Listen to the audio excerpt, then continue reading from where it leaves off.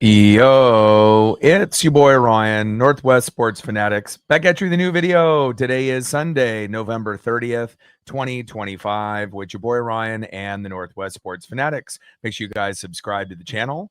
Smash that like button either now or on your way out. Donate to your boy if you can. Cash App $, ORIONNWSF, or the YouTube Super Chat right here. We got some football here this Sunday evening. The Denver Broncos versus the Washington Commanders. Kickoff is going to be here in roughly 5 minutes. So let's cue up the music, take a look at the thumb, and let's get settled in for some Sunday night football. Happy Sunday, everyone.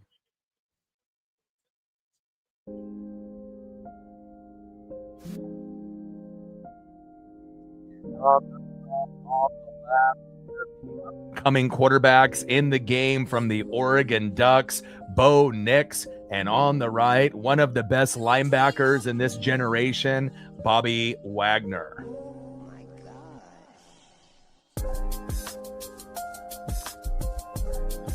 9-2, 3-2 on the road for the Denver Broncos after dropping a couple games early in the season. They've been hot.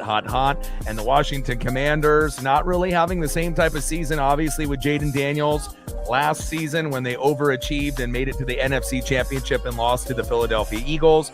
They haven't had Jaden Daniels for a good chunk of the season, and it shows. 3-8 with a 2-3 record at home. It definitely feels like a trap game for the Denver Broncos. And again, you never know what's going to happen on any given Sunday, Monday, or Thursday. For example, if you end up seeing the Carolina Panthers, playing the Los Angeles Rams, you would assume that the Rams would win and they would win by a big amount. Not so fast. The Carolina Panthers upset the Rams. I still think that they're probably the best team, in the NFL, but it shows you Carolina's defense is very, very good. And again, the NFC South is not going to be run away by the Tampa Bay Buccaneers, even though we're trying to win our 5th straight NFC South title. The Carolina Panthers definitely have a chance to be able to win the division, and it's going to come down to the wire. And that's what makes the NFL so exciting, is that you just never know on any given Sunday, Monday, or Thursday, throw the record sometimes out the window, and the team that brings the energy and that is motivated and believes in each other sometimes can end up beating a team that is much better than them, and Carolina proved that here today. Let's go. Mariota versus Nix. I know it's one of the first times that you're going to end up seeing the Oregon QBs go at it, and obviously we have a few other Oregon QBs that are in the league. Justin Herbert, I think he had a minor injury in one of the games earlier today, and then obviously you have Dylan Gabriel as a backup with Shedeur Sanders. They're both kind of going back and forth with starts. They went with Dylan Gabriel early. They decided to give Shedeur Sanders a shot. The bottom line is both quarterbacks are not good enough. It would look like, at this point, even though it is early in their careers, to me, they're more backup QBs. But again, this will be an interesting matchup for them. The former Heisman winner and Marcus Mariota just trying to fill in, as one of the better backups in the league. And then obviously with Bo Nix, doesn't have a whole lot to work with J.K. Dobbins being injured. You ended up getting Evan Ingram in the offseason at tight end, so that's an upgrade at that position. But really, who do you have to work with? You got R.J. Harvey, who's been, great considering everything that they have there at the running back position for Denver with J.K. Dobbins out. You got Cortland Sutton as your number one option. You got Troy Franklin from the Ducks, who's another option. But again, for all the people that are criticizing Denver, let me, ask you, if that was your quarterback and those were the weapons that you had, what do you think your record would be? And again, the only reason that Denver's record is as good as it is, of course, it's the defense led by Nick Bonito and company. So again, we know that sometimes that offense looks a little muddy. Sometimes it looks a little shaky. But again, look what Bo has to work with. They were able to overachieve with barely any options on offense to make the playoffs last year. The team is better on defense this year, but again, they still need more weapons. Obviously, the offensive line, they've done a pretty good job building that within the last 3, 4, 5 years. But again, as far as the skill position, they need more running backs. They need more tight ends. They need definitely more wide receiver help. And again, hopefully in the next few years, they'll be able to put together an offense that may not be as good as the defense ever, but if it can end up being close, then that could be the difference between Denver, getting to the AFC Championship game or the Super Bowl and just getting there, or possibly winning it and, being champions. So again, even with the offense having limited weapons, Denver is still one of the best teams in the NFL. They have to be the front runner to make it to the Super Bowl from the AFC, at least today. And again, the Rams look like the best team in the NFL and the best team in the NFC. Ran into a Carolina team that's been playing good football within the last few weeks. We were able to see some of the defense that they were able to do against the Niners. And again, Stafford has been pretty clean all season. And, props to Carolina in the NFC South. And again, we know that the Falcons are terrible, the Saints are terrible, but it's kind of cool to be able to see a team that was normally at the bottom rise to the top.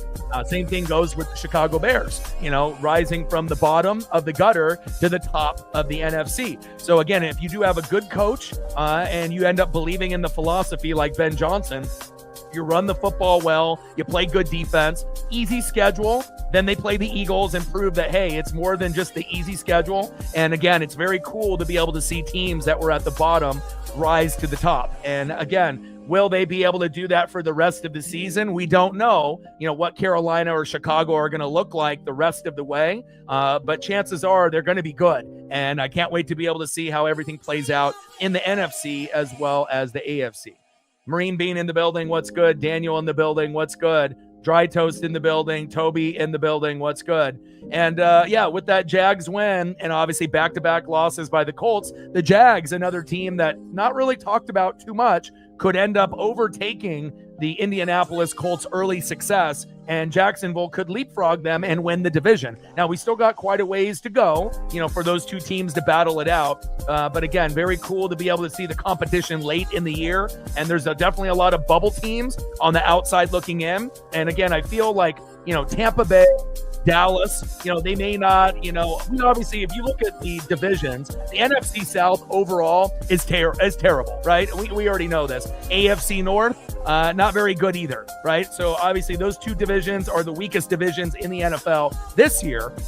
But you just never really know, what those teams possibly could do. And I think that the Buccaneers and the Panthers would have a better chance of upsetting a team in the playoffs rather than any team that comes out of the AFC North, whether it's the Ravens, the Steelers, and obviously we know with the Browns and the Bengals, they're not good enough. So that might be the worst division in football. I mean, obviously it's debatable. But again, I feel like Carolina and Tampa Bay can win games, can really... you count on Pittsburgh and Baltimore winning games. Lately, it seems like not so much. But again, a lot can change, depending on who you play week in and week out. Sean Payton, Dan Quinn, we're about to get into it. Like, sub, donate, comment, share. If you haven't smashed that like button yet, please do. Help us get to 100 likes, 100 on that dono train, and 5 to 15 subs. Let's get it, baby. And obviously the Houston Texans are in that mix in the AFC South for you guys as well. So again, we know that the defense is legit, but sometimes you got to have a little bit more than just defense to get the job done. Obviously defense, wins games, defense wins championships. But again, you still have to have some kind of offense to supplement that great defense as well. But I don't think anyone is really a believer of the AFC North. It definitely, to me, seems like the weakest division. I think Tampa and Carolina are stronger than any team in the AFC North between the Steelers, the Ravens, the Bengals, or the Browns. But again, we'll see how everything lines up and matches up. And again, hopefully we end up getting a game that's a little bit closer. It's a trap game for Denver. They're on the road, so they might not start as fast as they would have if it was in Denver. So again, Commanders could end up scoring first and putting some early points on the board. Really, what's going to be the challenge is the second half adjustments, and can Washington make enough of those to steal the victory? We will wait and find out here shortly. All right, we're about to kick off. Washington about to kick off here to Denver. And again, even though on paper it may look like a blowout, sometimes you do have some upsets that happen, and that's why the NFL is so special. Mems, with the return and getting clipped there around the 25-yard line. And let's see Bo Nix and the Denver Bronco offense. PFF rank, obviously 12 out of 32, so he's a top 12 quarterback this year. And again, if Bo gets more weapons, it's definitely possible that he could end up being a top 8 quarterback, and maybe in the future, down the road, maybe even possibly a top 5 before his career is up. Moody kicked 65 yards to Marvin Mims, 27-yard return, first down and 10 at the Denver 27.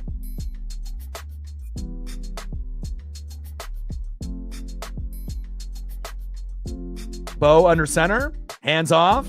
RJ Harvey. I really like RJ Harvey's game, and I feel that based on his running style, a little bit better than J.K. Dobbins. Nice 11-yard run there by RJ Harvey. Now, obviously, Denver would be better if they had 2 running backs that they could alternate with a similar skill set to Dobbins and Harvey. But again, they're going to have to make do with what they have.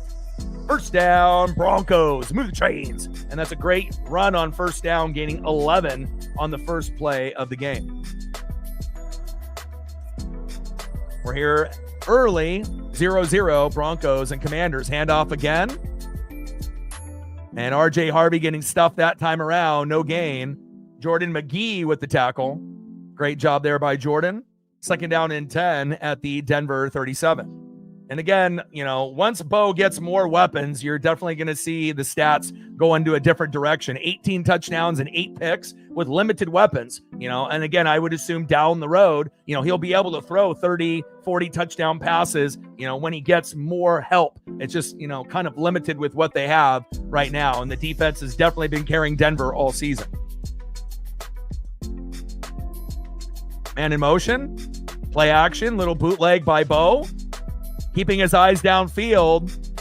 First down, Broncos. Adam Troutman, the former Saint tight end, with the big catch.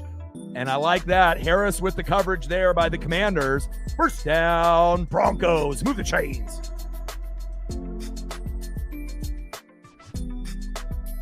Shout out to my boy Brooks Beats with the best beats on YouTube. And then tomorrow we'll end up doing the New England Patriots led by Drake May. And it sounds like Jackson Dart will start for the Giants to make that game a little bit more watchable. First down and 10, Bo Nix. Incomplete to Troy Franklin there. Second down and 10 at the 50.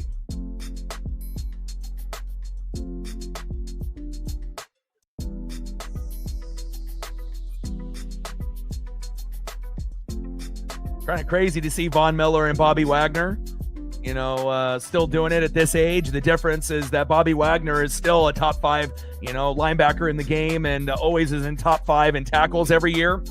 The guy is an Iron Man. And again, we haven't seen really players like Bobby Wagner, first ballot Hall of Famer, and arguably one of the best linebackers that's ever played. That's facts. Still being able to do it at this point of his career is amazing. Nix scrambling and going to Adam Troutman again, but McGee with the coverage, incomplete.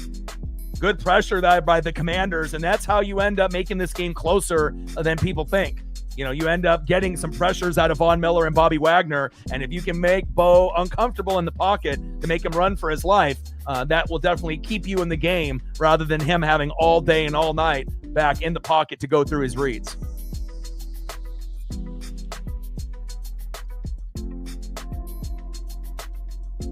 Nice, good luck. And hopefully you end up getting that dub in fantasy. Third down and 10 at the 50. See if they can move the ball. Shotgun set. Bo. Plenty of time. Goes to his check down. And there we go. Wide open. First down. Tyler Batty. Move the chains.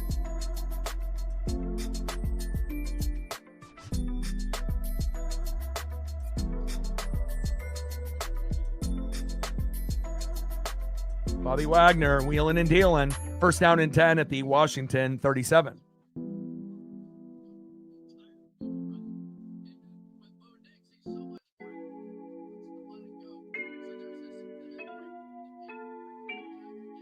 First down and 10 at the Washington 37. Bo, play action. And he's going deep. He's got a man and caught. Troy Franklin, go Ducks. Move the chains. And a nice 17-yard pass by the Oregon Duck obviously alums. Bo Nix to Troy Franklin, 17-yard pass complete, first down and 10 at the Washington 20. And it's cool to be able to see, some of these Pacific Northwest wide receivers, whether they be from the University of Oregon or the Washington Huskies. It's nice to be able to see some of these guys, sprinkled around the league, being able to, do a little bit of damage here in 2025. Supposedly, Jalen McMillan will start practicing for the Buccaneers soon. Can't wait for that. We got Bucky Irving back earlier today, and that was the reason why we won against the Cardinals. 5-yard run up the middle there by R.J. Harvey.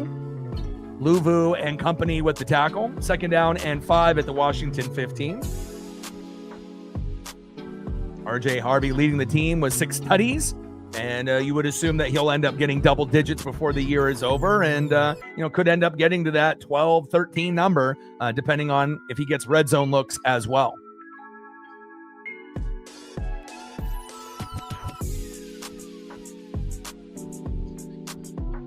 Three wide receivers set. Shotgun set. Nick, short right to Evan Ingram. Incomplete.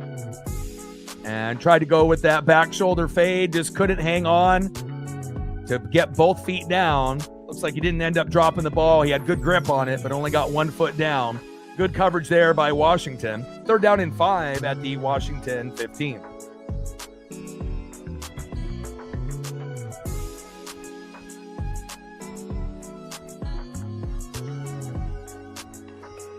All right, Washington. And again, you got to be able to force field goals instead of touchdowns if you want to keep this one a little bit closer.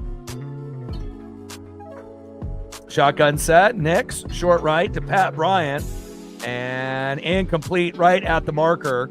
And that's going to lead to a field goal here for Denver. 4th down and 5 at the Washington 15. And congratulations to that Commander defense led by Bobby Wagner. You did your job. And let's see if they end up kicking the field goal or if Sean Payton's going to get a little bit risky here. I think you got to take the points. All right, field goal kicker Will Lutz is coming out. And obviously we know Sean Payton had great experience with Will Lutz on the Saints. And 17 for 20, 85% this season. So you would assume that this would be an automatic field goal, so to speak. Kick is up, and it is good. 3-0 Broncos right down the middle.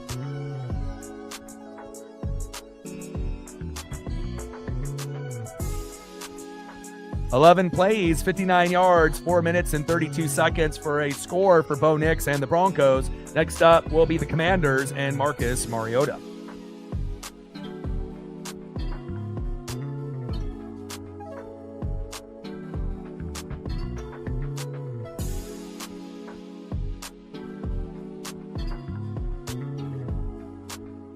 Good first drive there by the Denver Broncos and Bo Nix. Obviously, you want to be able to get into the end zone and get 6, but again, with Bobby Wagner and Von Miller, they may be aging and they may be a little bit older, but they still got a little bit of game, especially Bobby Wagner, still a top 5, linebacker, at his particular position based off tackles. And again, as long as you have a guy like that roaming the field, you would assume that there's going to be some plays that, could be available. And also considering Denver's offense only has so many weapons besides Cortland Sutton, Evan Ingram, Troy Franklin, and R.J. Harvey. 10:28 left in the first quarter. Will Lutz with a 33-yard field goal, 3-0 Broncos. Reflect in the building. What's good?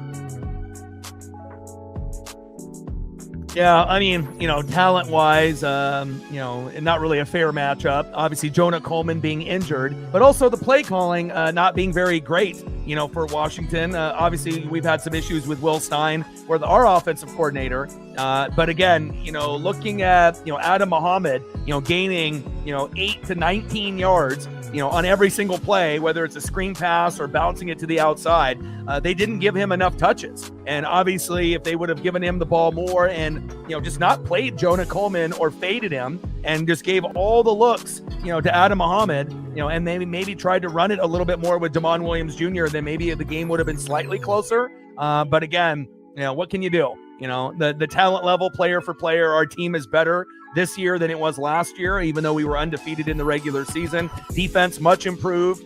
There was a few sack lunches, on both quarterbacks, Dante Moore and Damon Williams Jr. But really the difference was that dart at the end of the game. And with Malik Benson running away from 5 Huskies, I don't think anyone anticipated that play happening. And that was kind of the nail in the coffin. And obviously that turned into the Huskies' 4th straight loss. But again, shouldn't have really lost to Wisconsin, losing to Michigan and Ohio State, so be it. But I feel like that Wisconsin loss took a lot of air out of the team. And if they were able to come into the game, with only 2 losses at that point, maybe the fire and the energy would have been a little bit higher. And obviously we know both teams hate each other and they're going to go at each other. But I think it took a little wind out of the sails out of the Huskies compared to what they were doing at the beginning of the year and then hitting that wall with those 3 tough games. And again, the Wisconsin game was the one game that they definitely should have not lost in the college football season. And Debo fumbles it and picks it up and gets to, it looks like about the 10-yard line. First down and 10 at the 10. Yeah, and again, a few of the throws a little off, but I feel like play calling was a big factor, as well for both teams, and again, when you have certain situations like 3rd and 1, 4th and 1, and you're passing, why? Run the ball, especially when you got backs that can get the first down. And it was very clear the Ducks did not have an answer for Adam Ahmed, and kind of a shame that they weren't able to exploit that matchup more. But again, sometimes fanatics and fans can see things maybe apparently better than even some of the coaches on the sideline. You have to have self-awareness on the players on your team and their strengths and their weaknesses. But it feels like a lot of these coaches and OCs, whether it be ego or whatnot, just doing what they want to do, but maybe that's not what's best for the team. 5-yard penalty there here with illegal formation by the Broncos. And we have an early 3-0 Bronco lead. Like, sub, donate, comment, share. If you haven't smashed that like button yet, please do. Help us get to 100 likes, 100 on that dono train, and 5 to 15 subs. How you doing on your fantasy with the your son and your teams that you're managing? Are you doing decent? Are you doing bad? You doing well? I know you mentioned a few weeks back how things were going with a few of the teams, but hopefully more of your teams are doing better than obviously worse, of course.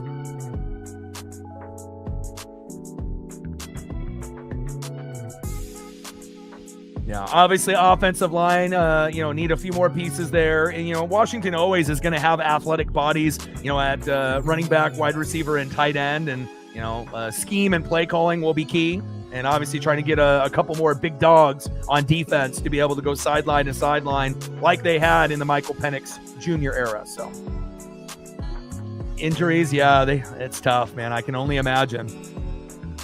15-yard return off that kickoff. First down and 10. Chris Rodriguez Jr. running off that left tackle for a yard. Cooper and Franklin Myers with the tackle. Second down and 9 at the Washington 22.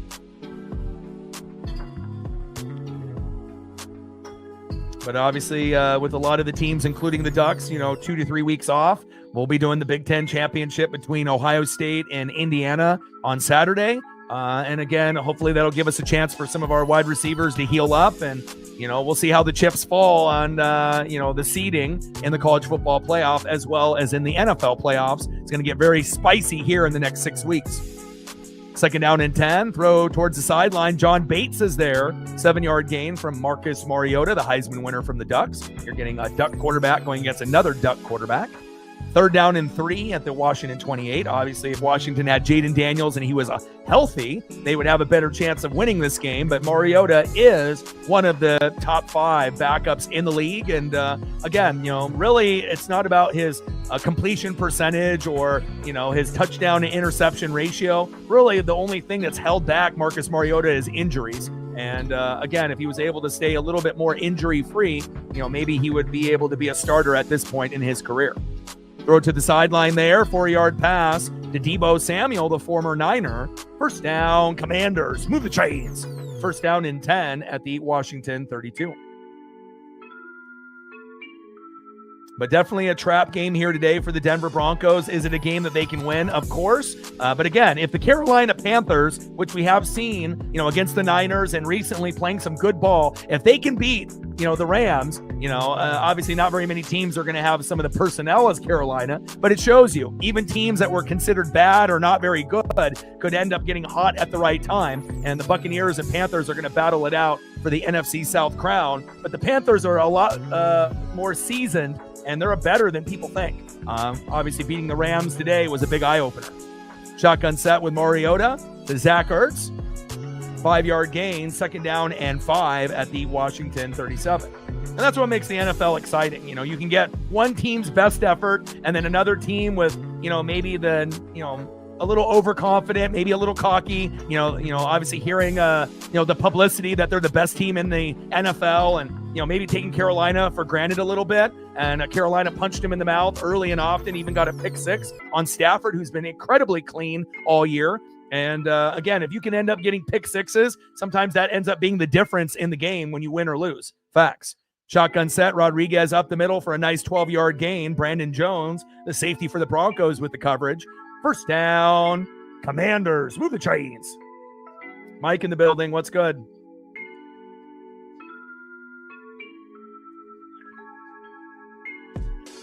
On 1st down and 10, handoff up the middle. And Rodriguez with the short game. And again, if Washington can not get to a point where, they fade the run, as long as they can keep it as close to 50-50 or 60-40 with the passing game and not abandoning the run, that'll give them a good chance to be able to compete here late in the game. But if they end up abandoning the run at some point in the late 2nd quarter or in the 3rd quarter, this game might get ugly. But again, as long as they play within themselves, you never know. Bobby Wagner and company could end up getting some, tipped interception on Bo Nix. And, this game could end up being slightly closer than people think. 5-yard pass from Mariota to Zach Ertz. 3rd down and 5 at the Denver 46. Shout out to my boy Brooks Beats with the best beats on YouTube. And we'll be doing the Patriots and the Giants tomorrow, and I believe it'll be Drake May and Jackson Dart. More than likely will be starting tomorrow, so that'll make that matchup a little bit more watchable. Too bad Scatterbo and Neighbors are injured for the Giants. Otherwise, it would be a little bit more must-see TV on that end for the Giants. Floater, deep, and complete. And they're on 3rd down and 4, 3rd down and 5. We're going to get illegal contact there by Patrick Surtain in his first game back after the injury. And that's going to be an automatic 1st down for the Commanders. And if you're going to have penalties like that to keep Washington in the game, another reason why the game could be a little bit closer. Yeah, Panthers played very good ball. And again, there's a difference between playing on the road for Tampa and Carolina and playing at home. And, Carolina has started to play some pretty good ball overall this season. And again, almost got a chance to beat the Niners and then ended up taking out that anger, to the Rams. And that's a very impressive victory. It's no longer a cakewalk for Tampa to win the NFC South for the 5th year in a row. There is going to be a chance where Carolina could win it. And we do play each other twice, here at the back end of the season. So, how that matchup, works out unless we split a game each, that could be the difference, on who wins the division and who gets 2nd place. So. Yeah, the Panthers beat the Rams, not Houston. Biggest upset of the weekend. Panthers beating the Rams. Mariota with a 3-yard pass there to Zach Ertz. 2nd down and 7 at the Denver 38. Shotgun set, Mariota. And Debo up the middle. Good, solid defense there. Looks like a loss of 1. 3rd down and 8 at the Denver 39. And I love defense, so when I'm watching teams like Denver and the Texans, Carolina as of late, even though they did give up quite a few points to the Rams. But again, the Rams with Stafford, Kyron Williams, Puka Nacua, Devontae Adams. I mean, that's hard to stop. So that you're going to give up some points, but the Panthers were able to do something that most teams were not able to do. Not only get an interception on Stafford, more than one, but also to get a pick 6, which was the difference in the game. 3rd down and 8. Mariota going deep. He's got a man. Double covered. And incomplete. Wow. And Jalen Lane almost got up there, but Moss had some good coverage. Mariota trying to challenge that defense there. Now it'll be 4th down and 8 at the Denver 39. Yeah, Texans beat the Colts. And now that opens the door for the Texans and the Jags to overtake Indianapolis for the division. It's going to be, kind of a mashup now where it was only one or two teams for a while. And then now you're starting to see the Jags and the Texans catch up to the Colts' fast start. And now the Colts are losing late. Definitely a concern for Sarah and a lot of the fan base, when you're, sitting in first place for a good chunk of the year. And now you're seeing your rivals get very, very close. And now it's going to be something that you're going to have to earn it if you even want to make the playoffs. And we'll have to wait and see how that all plays out. Tressway with the punt.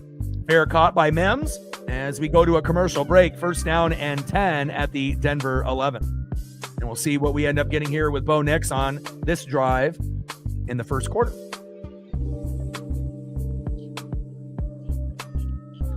Like, sub, donate, comment, share. If you haven't smashed that like button yet, please do. It'll help us get to 100 likes. 100 on that dono train.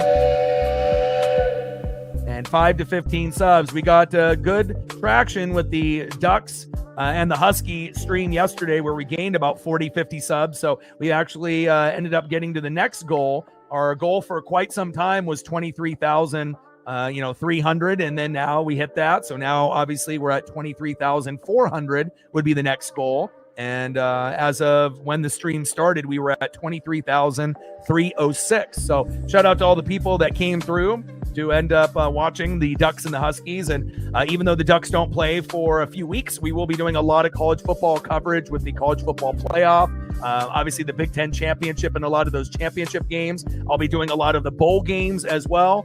So definitely a lot of the college football and the NFL scene until we end up getting back into baseball season in March.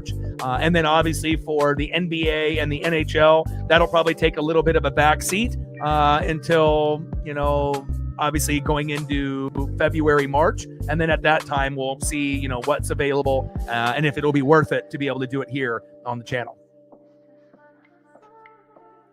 Megan in the building. Happy birthday to you. And obviously, not having a JJ McCarthy there, you knew that game could get ugly. And even if JJ did play, they probably would have scored some points, but probably not a whole lot. So congratulations on the birthday and the victory.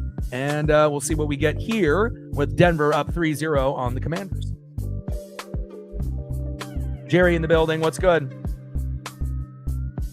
But again, if you watched the college football weekend, obviously we know that A&M lost to Texas. So obviously they go down a few spots, so you got Ohio State and Indiana that'll battle it out in the Big Ten championship. Both teams could end up winning it all. And then you got like the next tier of teams, and again, are the other teams, good enough, with like Georgia and, Texas Tech and Oregon and a few others. Obviously Ole Miss, we know Lane Kiffin left. So he's not going to be able to coach them, and he decided to take the LSU job. So obviously that simple fact, more than likely they're out of it, Ole Miss, based on Lane Kiffin not being there anymore, and that'll be too much of a distraction. But definitely excited to see what kind of plays out, and I do believe Oregon definitely does have a good chance, to do some damage after Ohio State and Indiana. And again, we would love to get payback for what those two teams have done to us in the last 2 years. Bo Nix, incomplete, short right.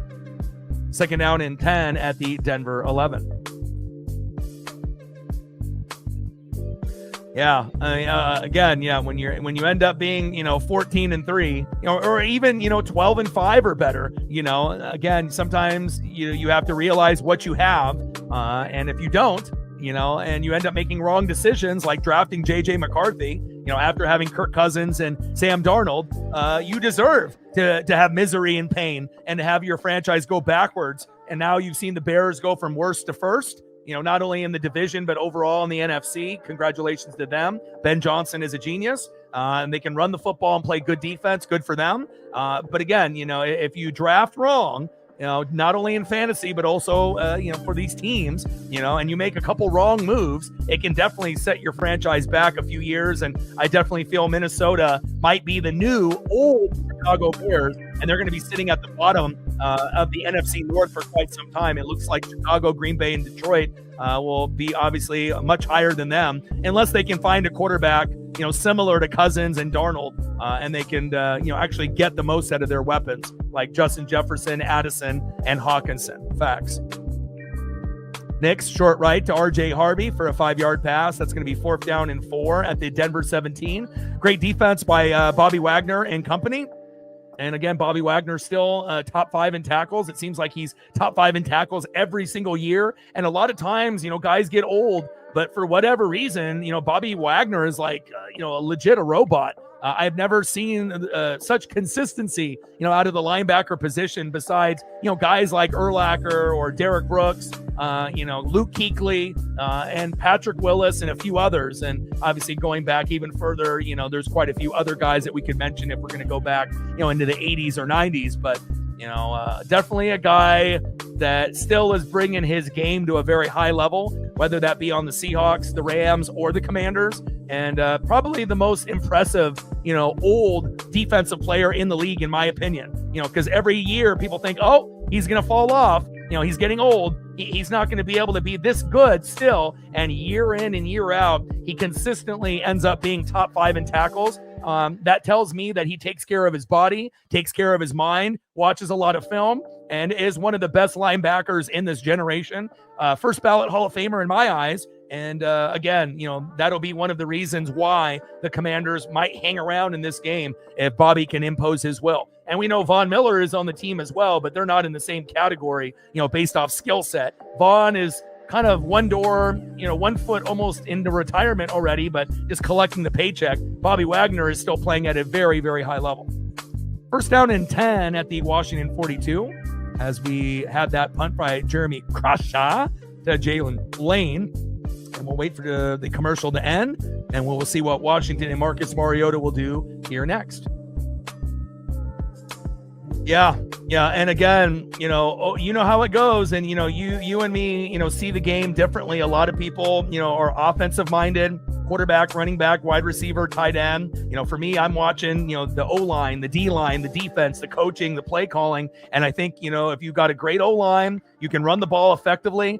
And you saw, the Chicago Bears with 2 running backs over, 125 yards in that game. And they literally just ripped out the heart of Philadelphia. They knew the run was coming like they normally would do to opponents last year with Saquon and Jalen. And there was nothing that they could do. There was no formation. Hell, they could have even went back into the 85 Bears and ran a 4-6. And they still weren't going to stop the running backs for the Bears. And, it's very cool, to be able to see coaches and coordinators. Some, it takes a couple years, to put it together. And the Bears they might be a year or 2 ahead of schedule. But sometimes if you have a belief, and the players buy in, then you end up having big victories like that. Your coach ends up taking off his shirt, screaming in the locker room with the players. And then they know they have a special brotherhood in Chicago. And every year we always have a team that goes from worst to first or third to first. And even though, previous years, maybe the team didn't look good and you think, they have no chance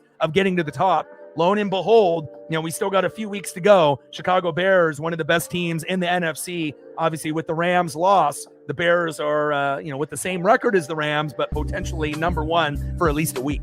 Pretty cool to see. Shotgun set for Mariota. Hands off to Rodriguez. And runs off that right tackle, breaks a tackle. 1st down, Washington. Nice 11-yard run there. Brandon Jones, the safety, with the tackle. 1st down and 10 at the Denver 47. Jacob in the building. What's good? And then Reflect, did you see Ragnow? He failed his physical. So he retired and they tried to bring him back. Obviously, it's more than just him, but obviously losing a couple pieces on the line and not having Ben Johnson in Detroit, it kind of feels like their window, crazy as it sounds, it might be over. Like even though they have Goff and Gibbs and Montgomery and Amon-Ra, and I obviously know Sam Laporta is out, for probably the rest of the season, but the defense doesn't feel the same. The offensive line isn't the same. The play calling isn't the same. They go for it on 4th down and they can't convert this year. So last year it felt like they were one of the 2 best teams, in the NFC. This year, obviously they're still one of the top 6, top 7, but I think Detroit fans even can admit it just doesn't feel the same, without Ben Johnson there. Play action fake, Mariota going to scary Terry McLaurin, tipped and incomplete. Great coverage there by Singleton. 3rd down and 1 at the Denver 49.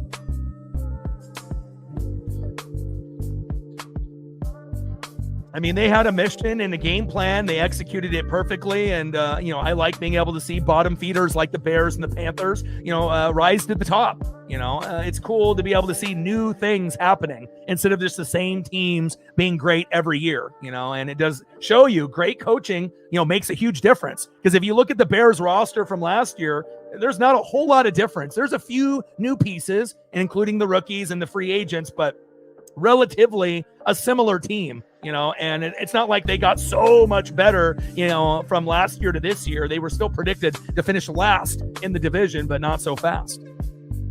Mariota with the play action. Zach Ertz rumbling and a bumbling so bad it hurt. Zach Ertz, 1st down, Commanders. Move the chains. Mariota looking very crisp, for being a backup quarterback here for the Commanders. And obviously we know Jaden Daniels, when he's healthy, he's better. We saw what he was able to do, overachieve as a rookie and get his team to the NFC Championship game against the Eagles, even though they lost. But beating the Lions, that was a big eye-opener, right? No one expected that. And they weren't able to, win against Philly, but still getting there. But they have a sophomore slump, and it's not based off poor play like we normally see in a sophomore season from a rookie quarterback like C.J. Stroud, but more injuries for Jaden Daniels this season. Great defense there by Talanoa Hufanga, who was reportedly on the fence of playing today. Loss of 2. And again, the 49ers are desperately missing Dre Greenlaw and Talanoa Hufanga. And in the offseason, when they signed those 2 players and they already had a top 5 defense going into this year, you knew that those guys were going to make a difference with Surtain. Now it's just about keeping those guys healthy.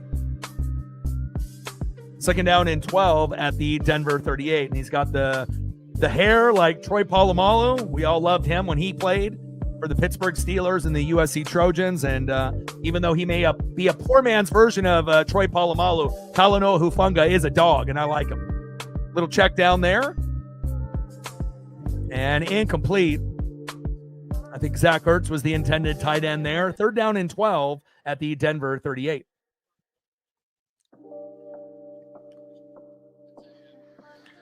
Yeah, he really is, isn't he? And that was kind of like the breakout party. I was planning on doing that stream, but I couldn't make a thumbnail to my standard in time. So I said, I'm just going to watch the game with Paisley. And I watched that entire game, and I was just so impressed, with the offense, the defense, and the special teams, and the way that the players believe in Ben Johnson. And again, they haven't had a coach this good for Chicago.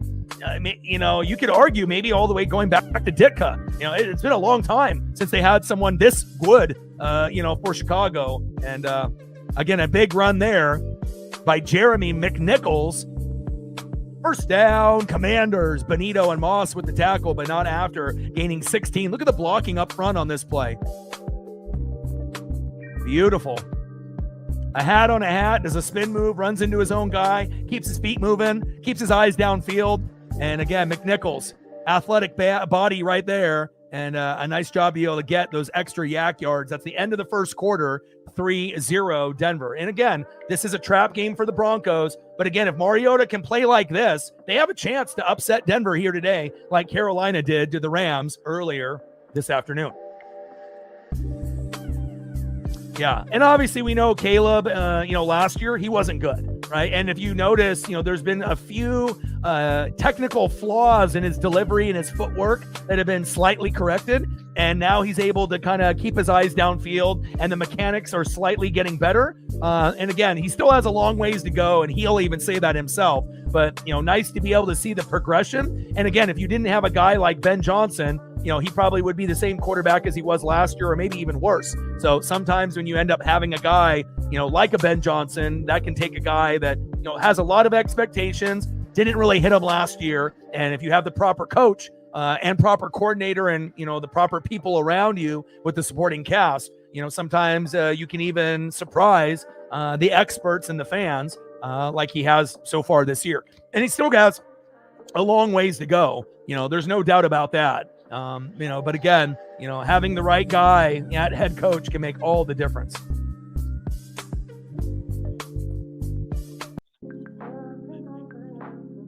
Shout out to my boy Brooks Beats with the best beats on YouTube.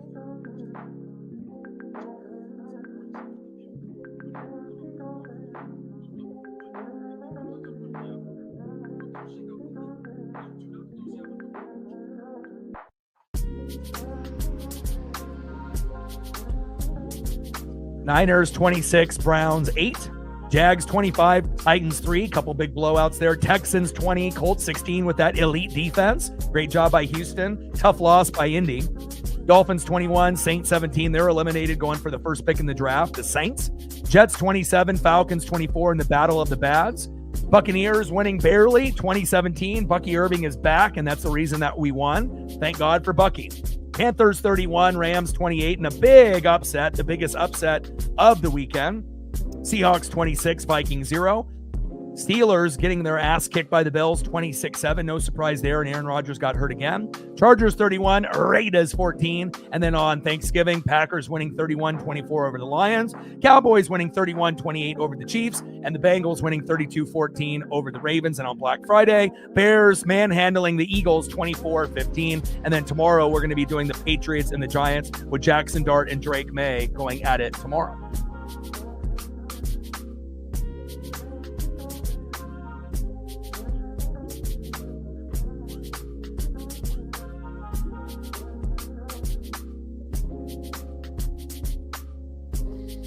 Shotgun set for Marcus Mariota. Hand off to Chris Rodriguez Jr. And he has a slippery back. 4-yard run. 2nd down and 6 at the Denver 19. And again, you know, when you can end up having guys come back from injury, that could be the difference between the Bucs winning the NFC South or the Panthers. Bucky Irving has been out since week 3. We started off 3-0, and we definitely have been missing him tremendously. No disrespect to White and Tucker. They've done as good of a job as they could, but they're not Bucky Irving, and who is kind of like a Jahmyr Gibbs, as we know. Mariota looking, dodging, floater, and intercepted. Try to throw that too close to the sideline, and a big interception there. Wow. Marcus Mariota, you got to be better. And again, if you're going to throw it towards that sideline, you got to throw it out of bounds. You know, if you're going to float it, that's going to turn into a pick more times than not. And a great job there by Dre Greenlaw, who's been injured for a good chunk of the year. They've only had him for a few games. And again, the linebacker going back into the coverage. And again, Mariota, you got to just throw that away. You threw that into double coverage, and a terrible throw that you thought maybe no one was going to be able to get. You had not enough oomph on that, and you did get hit as you were throwing. So that definitely affected maybe that ball from going out of bounds, falling inbounds into Dre Greenlaw's hands. But obviously, if you see, he did get popped pretty hard as he threw it, and that definitely affected a little bit of the velocity on that throw.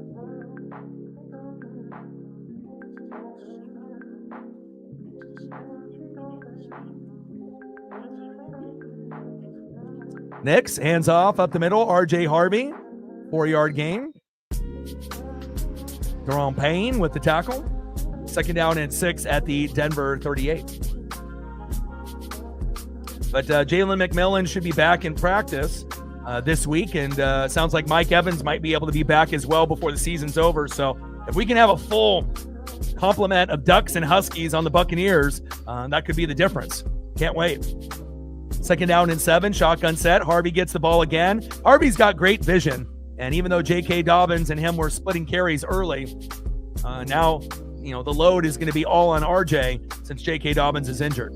6-yard run there, 1 yard short with Payne and Reeves with the tackle. 3rd down and 1 at the Denver 43.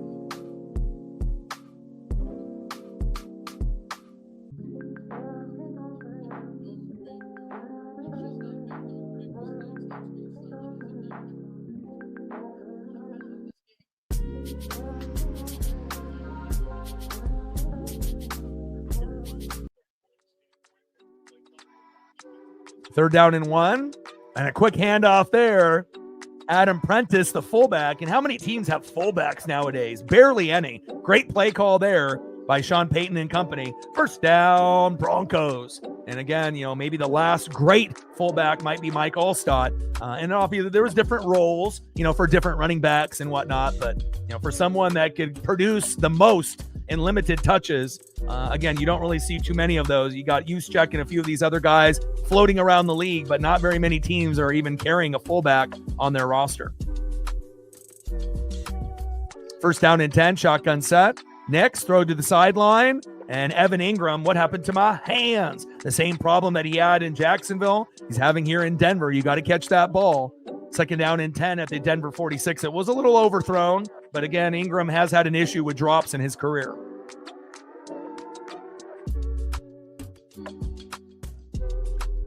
I think he started off slow, and I'm not really sure if the team really believed in his vision or message, but it seems like he's starting to find a right rhythm, with the players and the team, and you guys are starting to get on the right track here late in the season. So, it's not like he's going to get fired anytime soon. They'll probably keep him for, I would assume, 3-4 years. And, depending on what he does and how far you guys go, that'll, determine if he ends up getting another contract or if they fire him and try to get someone better. But it seems like as far as what I've seen, this season, should be the guy, that you can move forward with for at least a couple seasons, before they make a move.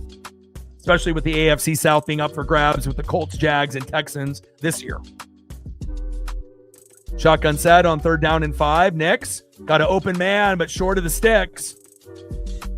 And Troy Franklin catches that, but was his knee down. And 4-yard pass turns into 4th down and 1 at the Washington 45. Yeah, Godwin had a couple drops. Ibuka had a couple drops as well, which is a little uncharacteristic for Godwin and Ibuka. But, thankfully, Bucky, was, the Bucky of old. And that really was the difference for us. Our defense is still not very good, because, again, when you play the Cardinals, you should be able to beat them by more than 3. So it shows you how bad our defense has been. But we had just enough offense to get the dub, and that's what matters. Next. There we go. Nice catch. Little spin move. Adam Troutman dancing and romancing on the sideline. First down, Broncos. 22-yard pass and a lot of great moves there by Adam Troutman. First down and 10 at the Washington 23. Yeah, I can't wait to get McMillan back. Having a spine injury of any kind is scary, and to have it, happen in preseason, just our luck. But thankfully they ended up drafting Tez Johnson and Ibuka.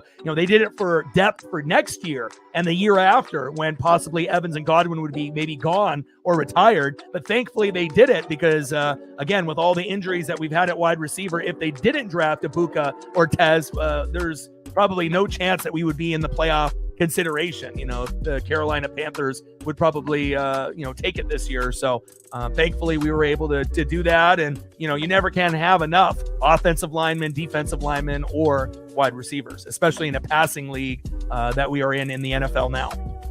Timeout, Washington. 10:38 left here in the second quarter. 3-0 Broncos.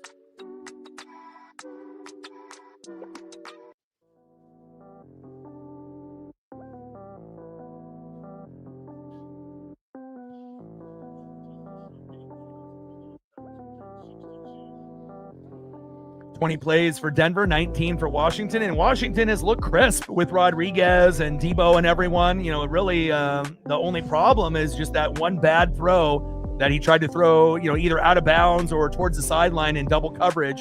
And other than that, Mariota has looked decent. It's just now having to make smart decisions, and you can't gamble like that against this Denver D.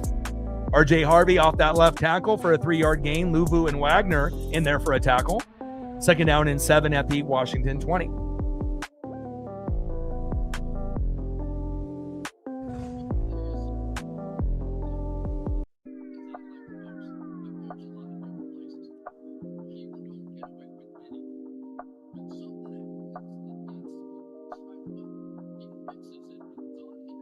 Man in motion, shotgun set, Nix, RJ Harvey in the flat.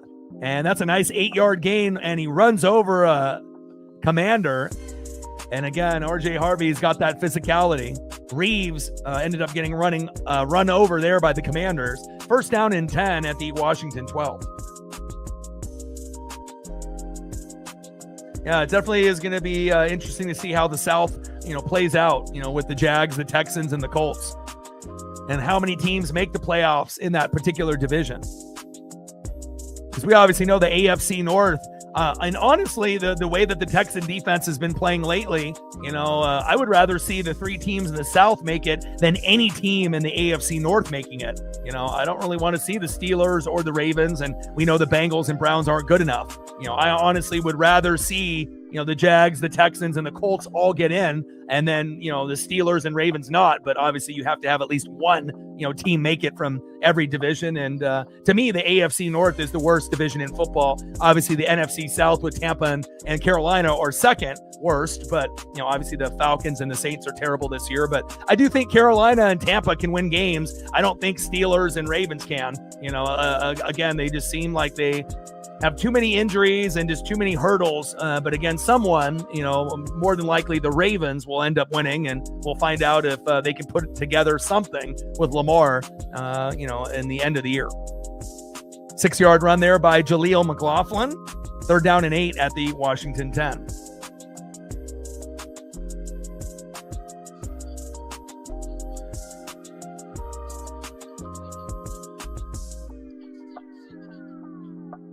Third down and 8, shotgun set, trips right. Nix steps up in the pocket and almost gets sacked, pump fake, and that might be grounding. Looked like an incomplete pass, but there was nobody there. What are they going to call? They're going to call grounding on that?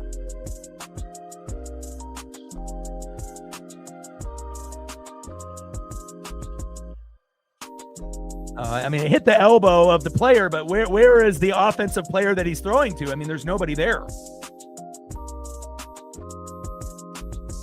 Reflect with the 20. Thank you so much. Every dollar counts. Stacks. Racks with a little Cactus Jack. Bang, bang. $20 holla on the Dono train. Thank you so much. And again, everything that we get will go towards the internet bill, the streaming fee, and just buying food and taking care of Paisley. So thank you so much. Kick is up and good.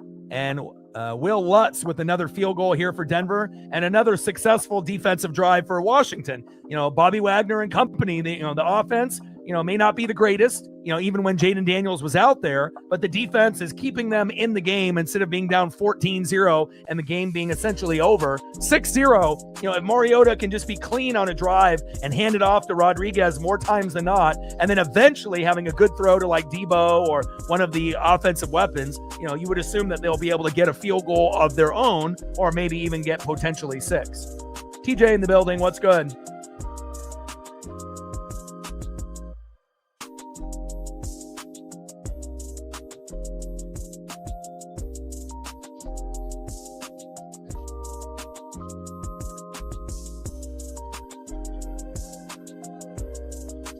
But we got the Patriots at 10-2 and the Bills at 8-4. You got the Ravens at the top with the Steelers both at 6-6. So obviously not the greatest there. You got the Jags and the Colts at 8-4 and the Texans at 7-5. And the Texans have the best defense out of those three teams. But, will CJ Stroud be healthy enough to help them, overtake those other two teams? We'll wait and find out. Denver's 9-2. Chargers are 8-4. And the Chiefs are 6-6. It kind of feels like the Chiefs are not going to make it this year. Eagles 8-4, Cowboys 6-5. And even though the Cowboys have a similar record than the Chiefs, I feel like Dallas is going up and the Chiefs are kind of going down. So we'll see if the Cowboys can make a rally. Bears 9-3, Packers 8-3, Lions 7-5.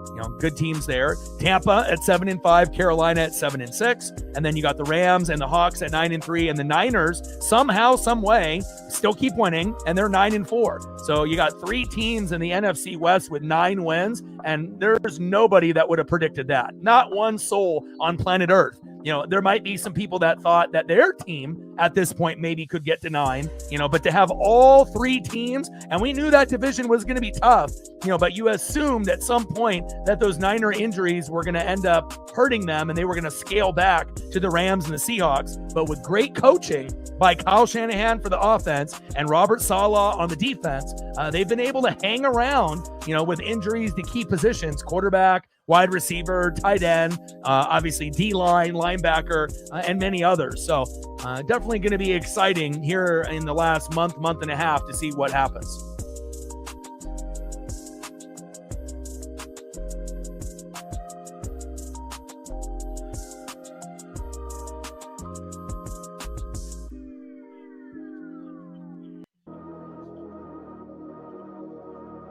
(6-0) Denver. And hopefully Washington will be able to punch it in for a field goal or a touchdown, at least something positive. And I do think that the offenses will be able to open up, and there might be an opportunity for maybe even a defensive touchdown in this game. Again, a fumble, pick six, fumble for a touchdown. It definitely could happen. And obviously you would assume that if there is a team that were to get a pick six or a fumble for a touchdown, you would assume it would be Denver, led by Nick Bonito. But again, the Commanders do have Bobby Wagner and a few other studs on that side of the ball. Even though they're 3-8, they're definitely hungry to try to win this game and to play spoiler to Denver. And this is definitely a trap game for the Broncos. 63-yard kick by Lutz turns into a 27-yard return by Deebo Samuel, former Niner. Shotgun set, man in motion, handoff, and Krosky Merritt keeping his feet upright as long as he can until he gets tackled by Malcolm Roach. 2nd down and 5 at the Washington 34.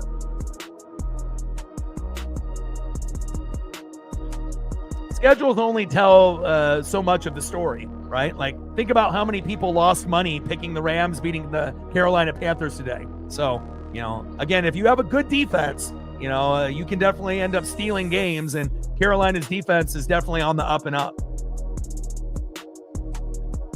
I'm still kind of shocked that they ended up beating the Rams, honestly. But again, the Rams at home compared to the Rams on the road is a different story, just like any team. That's where you can end up getting a little bit exposed. Krosky Merritt runs off to that right side for a 13-yard gain. Talanoa Hufanga and Jones with the tackle.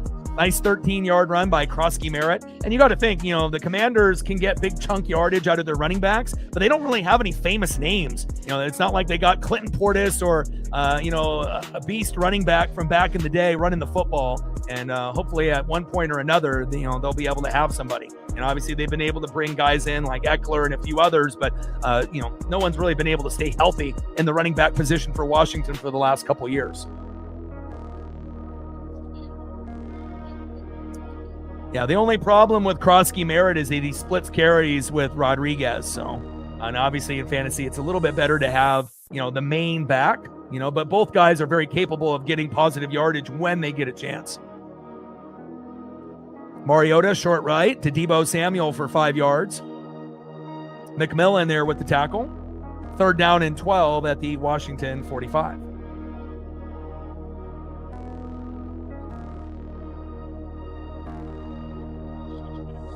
And you also have to remember, Denver does have one of the best defenses. So, again, it's going to make the quarterback on the other side sometimes look a little silly, and again, Mariota is a backup for a reason, but he is one of the top 5 backups in the league. And he doesn't really have a whole lot to work with on this Washington offense, if we're really being honest. Not a whole lot of name recognition there for him or for Bo Nix on that offensive side as well. Shotgun set. And Mariota scrambling and gambling. Look at that speed. 1st down. Commanders, move the chains. Patrick Surtain tried to chase him down, but a nice 12-yard run from the vet, Marcus Mariota. One of the first times we've been able to see Mariota and Bo Nix, both Oregon quarterbacks, go against each other in a game. And obviously they have Dylan Gabriel on the bench, backing up Shedeur Sanders in Cleveland, and Justin Herbert, obviously, on the Chargers for former Oregon Ducks. And as far as Pacific Northwest quarterbacks, hopefully Michael Penix Jr. Won't have any more injuries, and they'll be able to get back on track next year for the Atlanta Falcons. Handoff up the middle. No, a keeper by Mariota with a nice RPO, and Dre Greenlaw coming in like a missile. Loss of 1. 2nd down and 11 at the Denver 44.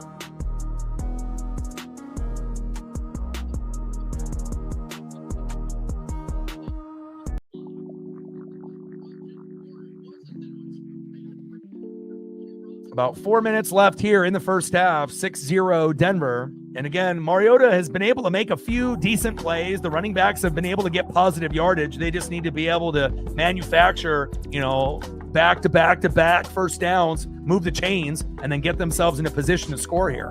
Mariota with a floater. Wow. First down, Commanders. So bad it hurt Zach Ertz. Move the chains. Great catch there from the former Eagle. 21-yard pass. Mariota with the perfect touch on this ball. And again, leading the tight end in only the spot that the tight end could catch that ball. Nice throw there by Marcus Mariota. First down and 10 at the Denver 23. Handoff up the middle. And Krosky Merritt. Looks like gained about a yard. Roach with the tackle. Second down and 9 at the Denver 22. And this will be the best chance for Washington to get a field goal. And if they're lucky, with good pass protection up front, Mariota might be able to get them with a passing touchdown to Ertz or one of those other weapons like Debo if he has enough time.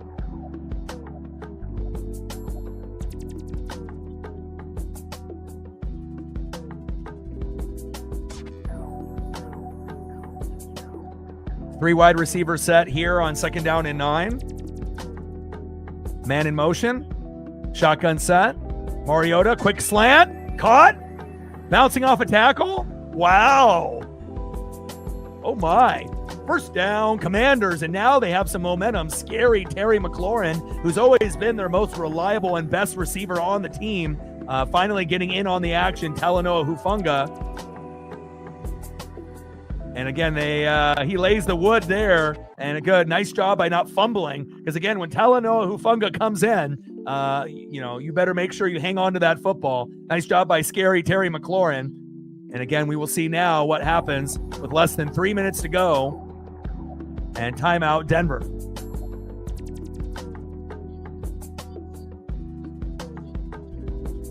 Now, shout out to my boy Brooks Beats with the best beats on YouTube.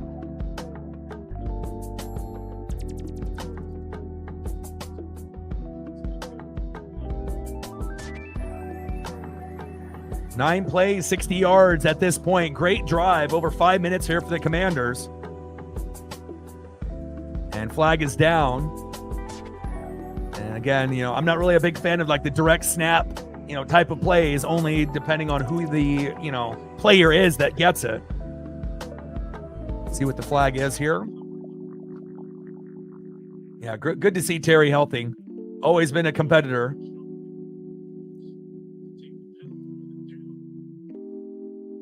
And it's a legal formation here on the Commanders on Brandon Coleman, the offensive tackle, number 74.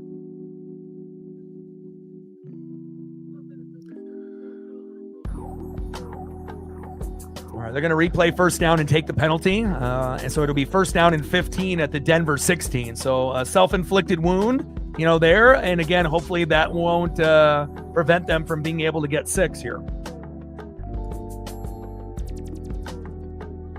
Yeah, again, the main thing, you have to download an app that's free. And then once you end up clicking on the link, then his music automatically pops up. That's the way that you would listen to the music based on the Untitled app. So like I said, if you have a cell phone and are willing to down the free Untitled app, then you just click on the link that I would send, and then his whole library would be in there.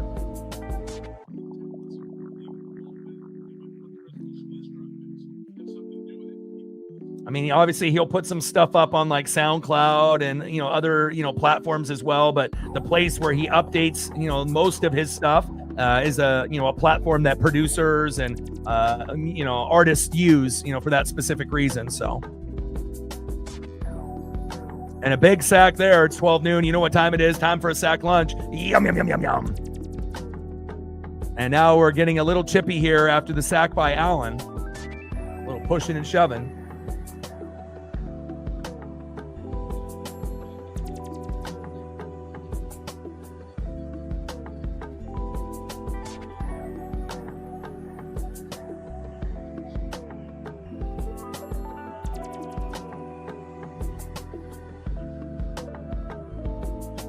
We'll see what all the flags are here with a little bit of a scrap after that play ended.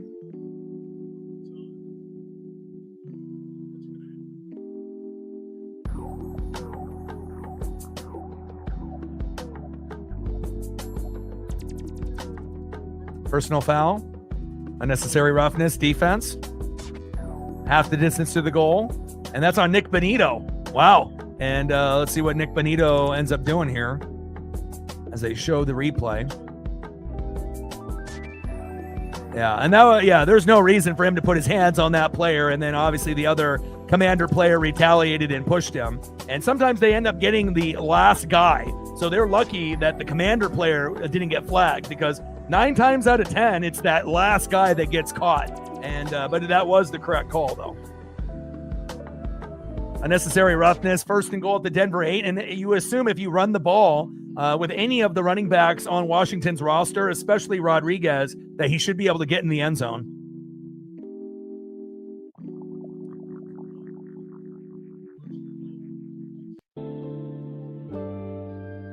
Shotgun set, handed up the middle. Look at that. Touchdown, Commanders. I should be an offensive coordinator in the NFL, baby. And Rodriguez right up the middle. And just like that, on one play, touchdown, Washington. You know, again, sometimes you just have to be aware of who's on the offensive line and how those backs have been playing in this particular matchup. Not surprised one bit, even though Denver's defense is amazing.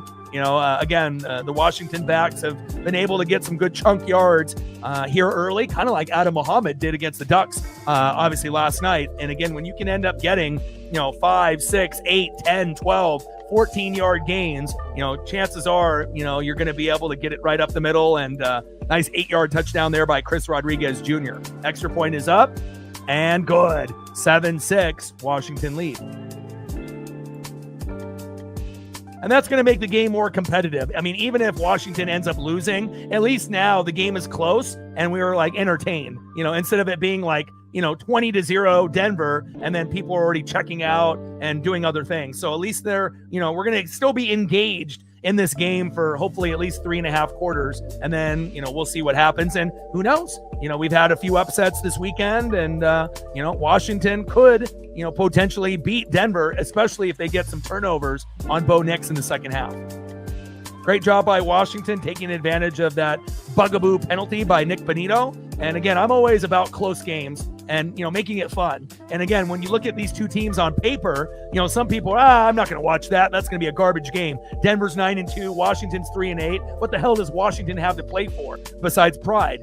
That's a good, obviously breakdown, right? You can't really argue with that. But even though, Washington is 3-8, they are a professional NFL team. And again, these guys are playing for individual stats. They're playing for the franchise, their families, as well as maybe a future contract with Washington or for another team next year. And, again, the only couple teams that have quit, are like the Saints. That team quit at the very beginning of the year. But besides them, I haven't seen too many other teams really quit, on their team. But Saints quit. The Jets, for the most part, have quit, but for, I would assume, the other 30 teams, you are going to get, at least some competitive juices flowing. Not to say, that the Saints and the Jets, might end up getting another win, before the season's over. But if you have watched any of those games, again, you kind of know what I'm talking about. 2 field goals for Denver.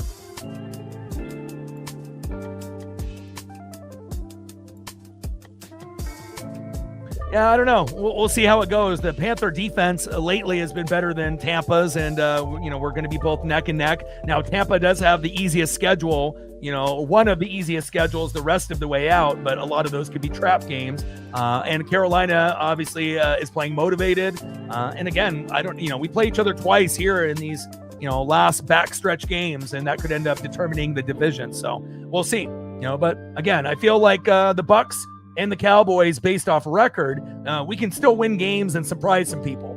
Same thing with Carolina. And then obviously looking on the AFC side with the Chiefs, they have a similar record to the Cowboys, Buccaneers, and Panthers. But I feel like Cowboys, Panthers, and Buccaneers are going up, and then the Kansas City Chiefs are kind of going down. And again, we'll see how it all plays out in the next few weeks. 2:21 left here in the second quarter before halftime. 7-6, Commander win. Possibly, if they can hang on in the second half.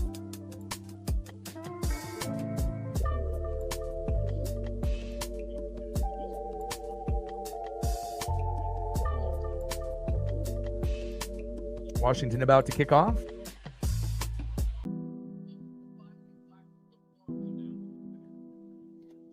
I think Kiffin going to LSU was smart. Obviously, it'll give them an opportunity to build LSU back up to a championship caliber squad. More prestige at LSU than Ole Miss.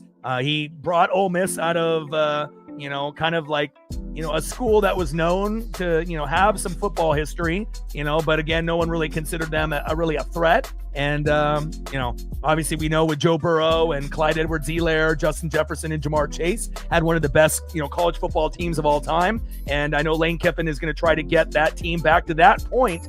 And realistically, he probably will. It might take a few years to get guys that are his fit, but I think he will turn in LSU to a top 10 college football team sooner than later.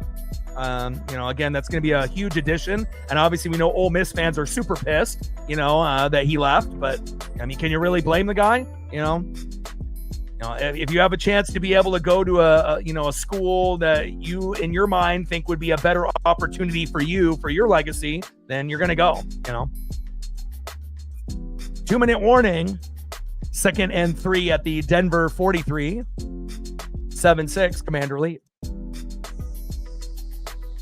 But I do like the hire, and then there's not a whole lot of great hires. There's been quite a few coaches that have gotten hired recently, but really the only significant hire, in my opinion, was the Lane Kiffin to LSU. And, pretty soon they'll be a top 5, top 10 team like they used to be. He'll be able to recruit. He'll be able to get, transfers. And again, it's about getting a good quarterback for LSU. Usually that's the one thing, they'll have, wide receivers, they'll have running backs, and they'll have some defensive guys that'll fly around. But normally LSU is not known for getting like a quarterback. And if he can end up getting a quarterback that's like top 5 quarterback in the country, obviously that'll help their chances of going deeper into the college football playoff and potentially, maybe, getting to a point where, they're in the running in the college football playoff for a natty in the next 2, 3, 4, 5, 6 years if he's still there.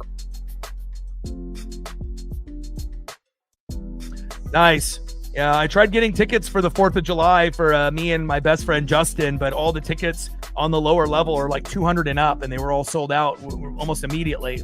And when I go to a game, I want to sit about 15 to 20 rows back, because that's the sweet spot of getting a foul ball. If you get too close, they're just going to give it to a kid and you're going to have no chance. And if you go too far back, you'll be, too far back. So obviously there's kind of a sweet spot there. And, I haven't really decided where, normally we do the 4th of July thing. Randy Johnson gets inducted to the Mariners Hall of Fame on my birthday on May 2nd, but they play the Royals and we've already seen Bobby Witt Jr. So I kind of want to be able to see a team that I haven't seen before. And, in the past, we would go to 2 or 3 games, but, I'm probably only going to go to 1, and then we'll end up calling the 161 other games here on the channel, and then hopefully playoff games as well. So, but also it's because the Blue Jays are coming to town. So a lot of fans from Vancouver, BC, Canada, Oregon, Washington, Idaho, Montana, a lot of them just scooped up all of those tickets. And, I don't blame them. They're also doing like a bucket hat giveaway, which I was kind of looking forward to getting. Anytime I can get a free hat or a bobblehead, when I go to a game is usually the reason why we go, to get that extra, piece of memorabilia. But, we still may go. But again, we don't want to pay for $200 seats for only 15 to 20 rows back. Essentially we could get 2 tickets, for the price of that. So, we'll see. Bo Nix on 2nd down and 3. Incomplete short right to Evan Ingram, who they also need a better tight end than Ingram. Ingram is a name, but he just drops the ball too much. Again, they thought that was a steal grabbing him, but, kind of an overrated tight end, in my opinion. They need to be able to find someone. They ended up trying to draft Jake Butt from Michigan a few years back, and that didn't work out. And obviously Bo Nix, needs to be able to have his Tyler Warren, Sam Laporta, and hopefully in the next draft or 2, they'll be able to do that for Bo Nix. Got to have a check down guy. Shotgun set. Nix to Marvin Mims Jr. 8-yard gain. Von Miller with the tackle. 1st down. Broncos. Move the chains.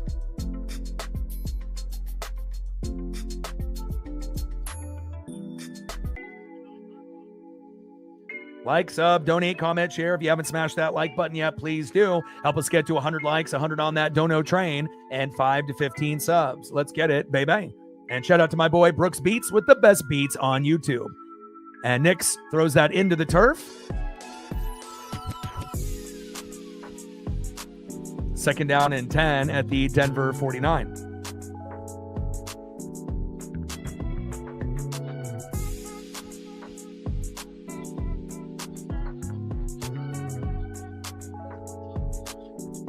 Yeah, but the thing is, it's not like Lane Kiffin is going to be like Brian Kelly, where it's just not a good fit from Notre Dame going to LSU and, just being a weirdo as a head coach and, not being authentic, and being kind of fake and whatnot. So sometimes you got to find the right guy. And, I've never thought Kelly was a very good coach ever, honestly. And I think Lane Kiffin has always proven, that he's one of the better coaches no matter where he is, and again, he'll be able to get LSU back to what they were years ago, whether that be with Saban, or, any other coach that they've had recently. Nice slant there. Cortland Sutton finally getting in on the action. First down, Broncos, move the chains.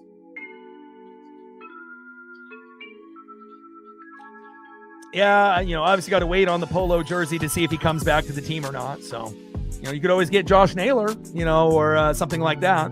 There's always Julio, Cal, Naylor, one of the pitchers. There'll be plenty of options. Timeout, Denver. Second down and 3 with about 39 seconds left here before halftime. Yeah, it's a lot of fun, going to a Mariner game. A lot of passionate, intelligent fans. A chance to be able to get, a home run ball or a foul ball, depending on where you're sitting. And a chance to be able to see greatness, with Cal and Julio and a lot of the others like Naylor. So, it definitely feels like since 2022, we're going in the right direction. And, it wouldn't be shocking in the next 5 years if we make a World Series. Best case scenario, in the next 5 years, we make 2. And, we may not win the first time that we go, if we play a team like the Dodgers. But, if we play anybody but the Dodgers, maybe that will be the way that the Mariners win a World Series. Not to say that they can't beat the Dodgers in the World Series. The Blue Jays almost did, but we understand how good the Dodgers are. And again, guys like Shohei and Yamamoto have definitely been the difference in the last couple years. Second down and 3, shotgun set. And Ingram finally catches a ball. Check him for some stick'em. First down, Broncos, move the chains. I mean, he's a little bit better than some of the other previous tight ends they've had, but kind of an underwhelming tight end that's more name recognition that normally doesn't really produce as much as he should. Yeah, Colt should be on the roster, right at the very beginning of the season, so. Shotgun set, Nix, and a 2-yard pass there to Tyler. Second down and 10.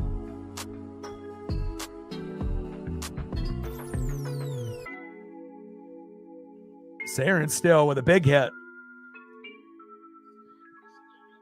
Yeah, I mean, obviously Naylor took less money. He could have, gotten $100 million, $120 million, where they could have given him a little bit more per year. So he took a little bit of a discount, and hopefully that extra money, will go towards like a guy like Polo, really the only other guy we should sign. And, we got plenty of guys in the farm, plenty of guys that are in AAA and guys that we can call up. And, we definitely need to be able to add some bullpen pieces in the offseason. No real purpose of adding skill position players in the infield or outfield. We already have plenty of talent there. And next, back of the end zone, touchdown, Cortland Sutton, as he's falling down to his knees. Unbelievable. That was incredible. What a touchdown by Bo Nix as he's falling down and finding Cortland Sutton in the back of the end zone. Gritty touchdown there by the Broncos and Bo Nix. Wow. Bo's special, and he has a chance, and when he gets the proper weapons around him, that he could end up being better than Justin Herbert when it's all said and done. He still has a long ways to go, but again, there is a chance, if he can get, weapons like Denver has on defense on that offensive side, where they actually get an elite tight end, a number 1 receiver, and they can move Cortland to the 2, build up that O-line, get better running backs, there is a chance, and obviously we know Herbert normally is a top 10 quarterback. Nix is top 12 right now, but there is a chance, before Bo Nix's career is over, that he could potentially surpass Herbert. And that is, a big if, but obviously there's a chance that he could do it. And again, that would be great for his career for being a shorter quarterback, trying to be the Denver Bronco version of Drew Brees. And obviously he's nowhere near the Drew Brees skill set at this point, but for being an undersized quarterback, Bo definitely shows a lot of heart and a lot of grit, and I like him. Not just for the simple fact that he played at Oregon. I liked him when he was at Auburn, and again, definitely has shown some grit and some moxie. And again, great job there keeping his eyes downfield. Cortland Sutton with the great catch. 13-7, Denver. Judah in the building. What's good?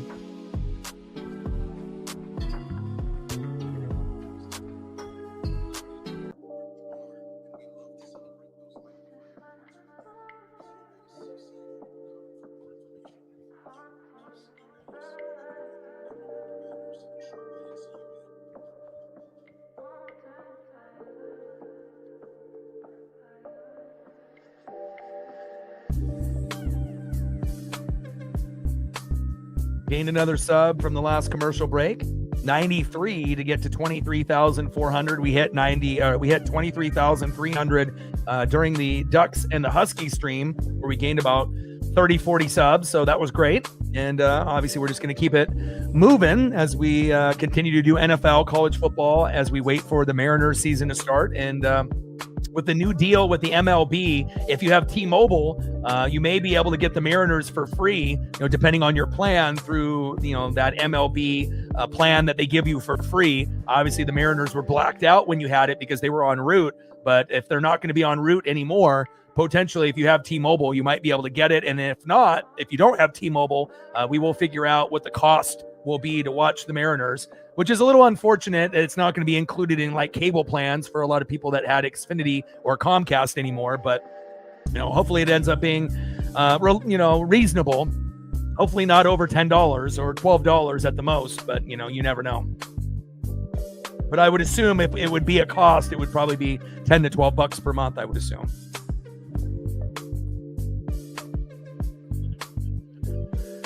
All right, we got 23 seconds left before halftime in a very back and forth entertaining matchup here between the Broncos and the Commanders.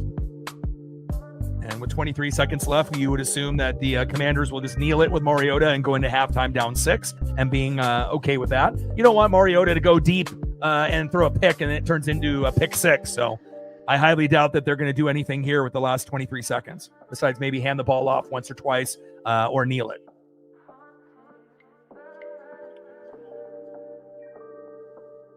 Oh, ball came out. Uh-oh. Did Denver get that? That might be a cheap field goal here for Denver if they recovered.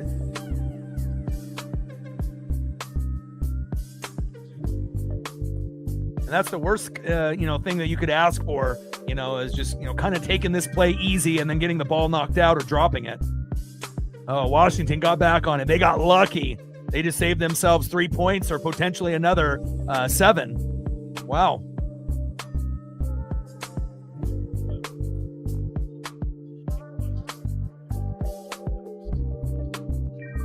Yeah, Patriots are 10-2, not 9-2. Got to give them one more win, Reflect. 10-2. First team to 10 wins.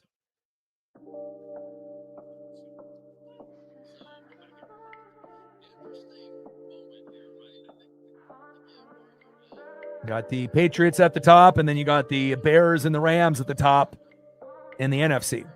And there's the kneel down by Mariota, and that is halftime. And luckily, halftime for NFL is half of the time that it is for college football. College football, it feels like it's 20, 25 minutes. Thankfully, the NFL is, literally 12 minutes and some change. So, obviously, they'll go into the highlight package. Once we get back from the commercial, we can watch the highlights of the other games. And then we'll be right back into the action again to see if the Commanders can pull off the upset. Well, the Rams lost is because the Panthers have a good defense. They got a pick 6 on Stafford, and you got to think how Stafford and how clean he was all year. With only a couple picks, you would assume at some point someone was going to get him, And, Carolina has been playing some good ball as of late. And, even though they, went toe to toe with the Niners and, sometimes it's like you just come up a little bit short in certain games, but, definitely the biggest upset of the weekend. But it definitely shows that, if the NFC South has defense, sometimes they can end up being, a little bit of a surprise and beating a top dog like the Rams. So, and also, Rams playing at home and on the road is a little different as well. So.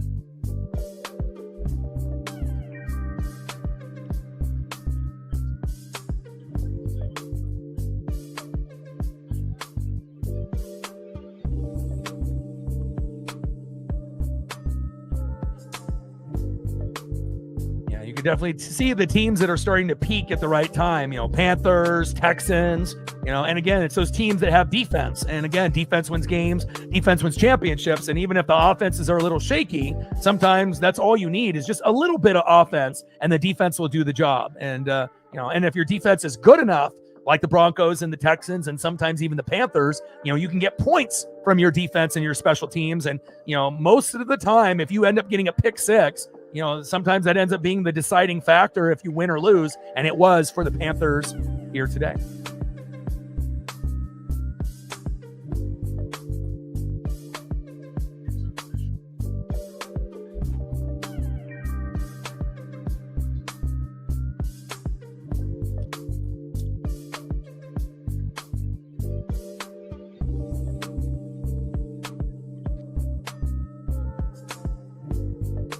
Well, the Rams are still probably one of the best teams in football, but that's why sometimes you can't bet on the NFL. Sometimes if it seems like it's too good to be true, sometimes it is, so.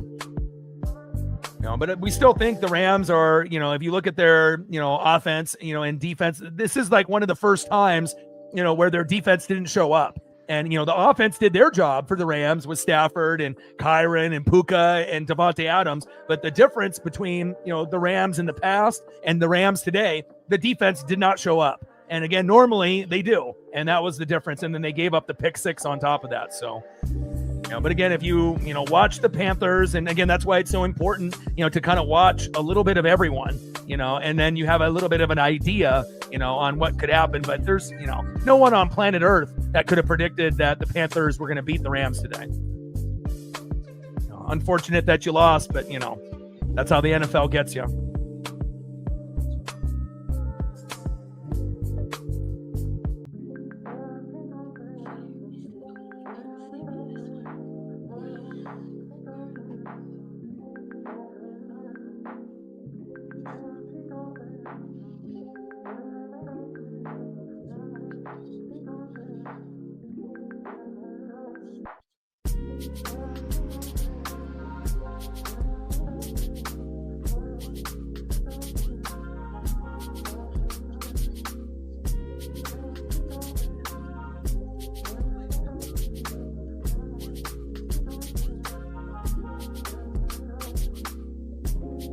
I mean, on the bright side, though, you have to assume Denver, New England, and Buffalo. Those might be the three teams that have the best shot. And even though Buffalo's defense, doesn't really exist, you have Josh Allen and you got Cook, right? But again, if you're looking for like well-rounded teams, the Patriots have the most well-rounded team, offense, defense, and special teams in the AFC. And a lot of times, if you have the most well-rounded team, that's the team that ends up making it, to the AFC Championship game and the Super Bowl. And if the Patriots ended up playing Denver, or if they ended up, playing the Bills, they would have a chance to win. So, this could be a year that the Patriots make the Super Bowl, even with a young team. Again, Vrabel has done a good job, and, we'll see how the chips fall. And then obviously on the NFC, it's a little bit more open.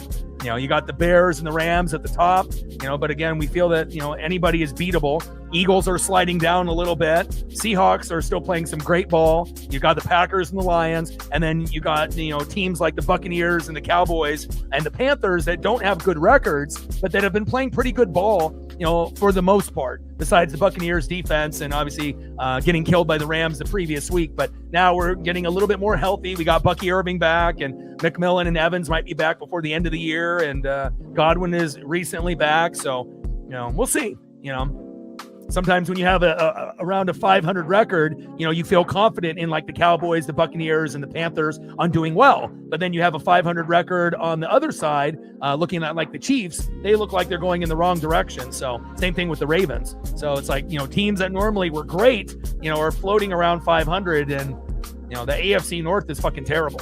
And NFC South is not very good either. But, I think that Tampa and Carolina could beat anybody in the AFC North. And, those teams are, we'll see. We'll see if they can make any adjustments or improvements between now and the end of the year.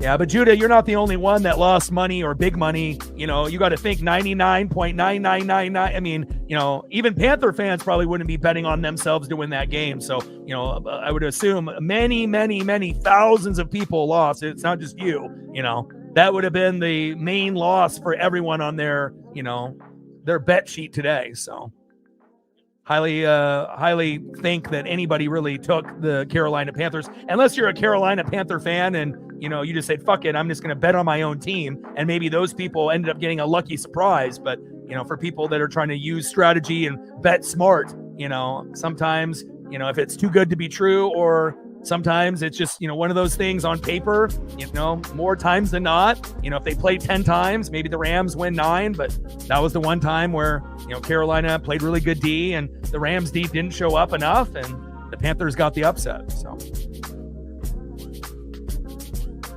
millions lost, 100%.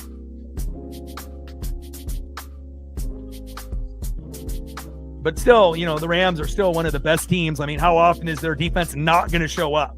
And again, with Jared Verse and everyone else that they have, we saw how the Rams took care of Tampa Bay. So obviously a lot of people thought, okay, well, but you have to remember the Rams were at home, and then this week they were on the road.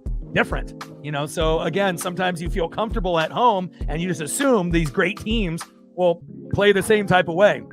But there's always a chance of a letdown, going on the road. Not every team is going to be able to reproduce what they do at home on the road. Even in the elite teams fall on their face once in a while. All right, we got about 4 minutes to go before halftime. 13-7 Bronco lead.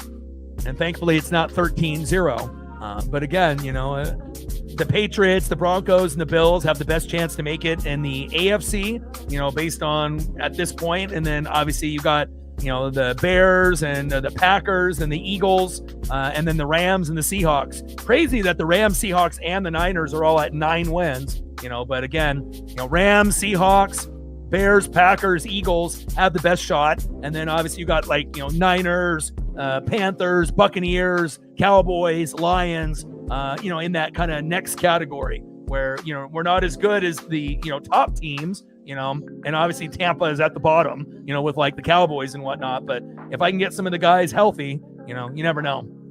And Baker was supposed to miss time and he played today, and, low grade AC joint sprain on his non-throwing arm, thank God. So again, having Baker and Bucky, we definitely have a chance. But it's still, irritating to have a shitty defense. Like, you can only beat the Cardinals with Jacoby Brissett. It wasn't even fucking Kyler Murray. It's like you can only beat Jacoby Brissett by fucking 3. So it definitely shows you, like, we got a touchdown with Wirfs today, which was cool. Getting an offensive lineman touchdown is always awesome. And then, we ended up having a tipped interception for Antoine Winfield Jr. But on top of that, just too many drives being stalled. And, I want to be able to see the defense play better. And hopefully they will before the season ends. Yeah, I knew the Bears were going to win that game. Philly hasn't been playing good ball lately, and sometimes you got to go based on, momentum and whatnot. And, Bears had an easy schedule, but they had a great game plan, on Black Friday. Run the football and impose your will. And they had 2 running backs with over 125. And, if you can do that and they know what's coming and they still can't stop it, it's like they pretty much did the Philadelphia Eagle strategy on themselves. The Bears did it to them, and, they were bamboozled. They didn't have an answer for it. And, honestly, Saquon hasn't really been that great this year. Jalen hasn't been very good. A.J. Brown, Devontae Smith, Goddard. The O-line has had injuries. No Lane Johnson, and that's a big part of it. And again, the defense and special teams were great at the beginning of the year, but they're not as good now. So, it doesn't really feel like Philly might be able to overcome and make the NFC Championship game, but I don't think they're going to make the Super Bowl this year after making it last year. The furthest they could go, in my opinion, based on how they've been playing, is overachieving and making the NFC Championship game. But honestly, the way that they've been playing lately, getting shut out by the Cowboys in the second half and obviously losing to the Bears, if you can run the football on Philly, you can beat them. And there's not very many teams that can do that, but the Rams can do it. Seahawks can do it. The Bears can do it. So the Packers can do it. And, I'm not sure if the Buccaneers could do it or, Rico Dowdle and the Panthers, but, there's definitely a certain formula, on how you can beat Philadelphia this year. So, yeah. And again, sometimes it takes weeks for a team to, get back on track. And other times they just don't get back on track. They start hot and they just fade, and again, you do have to look at the injury report and to be able to see like offensive line, defensive line, you have to look at those key things. Cause I think a lot of people that are watching Eagle games or betting, they don't realize that like Lane Johnson's out and that offensive line is not the same as it was last year. And, you have to really pay attention to a lot of those little things, and, again, we know Saquon is a great back, but nowhere near being the same back that he was last year. Not even close. Yeah, but picking the Bucs to win is a no-brainer. I mean, the fucking Cardinals, we're better than them. I mean, we got games that we potentially can win the rest of the way, and obviously the biggest ones are going to be against the Panthers twice, where it could go either way. And regardless if they're a good team or a bad team, we typically split. They're a hard team to play. Like the Panthers play the Buccaneers harder than the Saints or the Falcons. And I'm really, really looking forward to both of those matchups, and hopefully we don't get swept. If the Buccaneers won both, then that could be the difference between winning the South or not. But hopefully at the very, least that we don't, we split, and we don't end up getting swept by Carolina. Because if Carolina wins both games against us, that could be the end of Tampa, in their potential fifth NFC South crown in a row. So.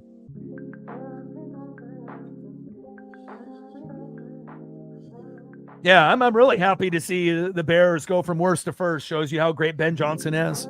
Offensive line matters. Play calling matters. One team, used to be good in Detroit. Now they're not the same. And now Chicago ended up taking their most valuable piece in Ben Johnson, and they're believing. And they're maybe a year or two early.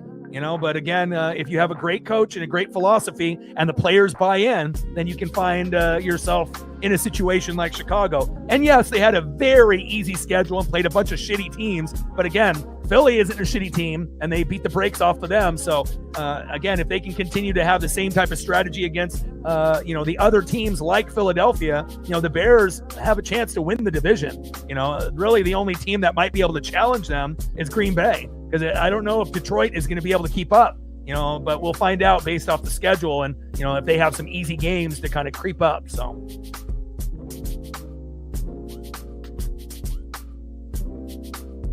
Yeah, it's always nice to have new teams, get a little bit of, love and a little bit of pub and whatnot. Instead of just the same teams over and over again. I'm in the same boot with you as well. All right, Commanders are going to end up getting the kick.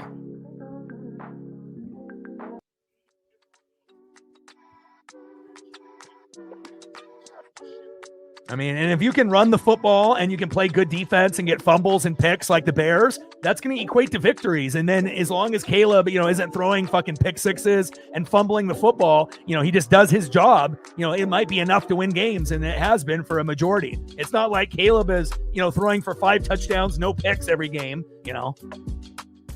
Lutz kicks 62 yards. Deebo Samuel returns at 25. First down and 10 at the Washington 28.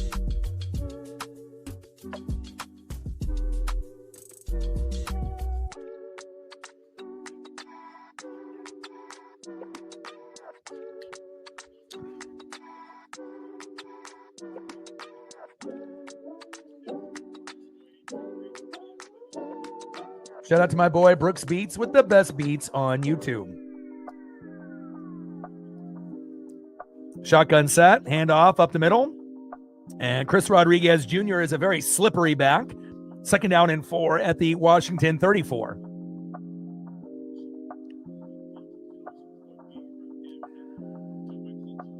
Well, I don't think anyone anticipated the Commander defense being this good at this point. But again, they do have Bobby Wagner and Von Miller. The only difference is Von Miller is 1 foot out the door of retiring. Bobby Wagner is still top 5 in tackles every single year. And again, if Mariota just doesn't have any bad throws, like that one was a dime. 1st down, Commanders. They do have a chance. If they can have a nice blend of Rodriguez and Mariota, not throwing into double coverage, they have a chance to win this game for sure.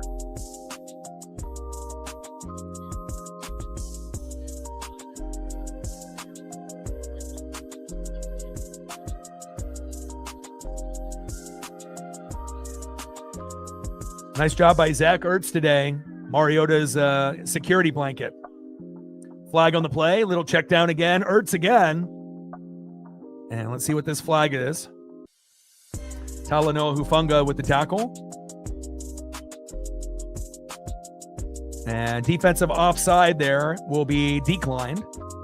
1st down, Commanders, and Zach Ertz with back-to-back catches. And I remember when Zach Ertz was a top 3 tight end with Travis Kelce and Mark Andrews. And, we're many, many years removed from him being top 3, but he definitely is a top 15, top 16 tight end. Sometimes he'll play like a top 10, if he gets enough targets, and still a decent tight end even at his age. Shotgun set. And a keeper by Mariota. That definitely is an Oregon Duck play through and through. 1st down, Commanders. Marcus Mariota getting chased down by Talanoa Hufanga. And 19-yard run, and still with a lot of speed, even at this point in his career, for the Heisman winner from the Oregon Ducks, Marcus Mariota. Great blocking up front here by Washington. Cool kid in the building. What's good?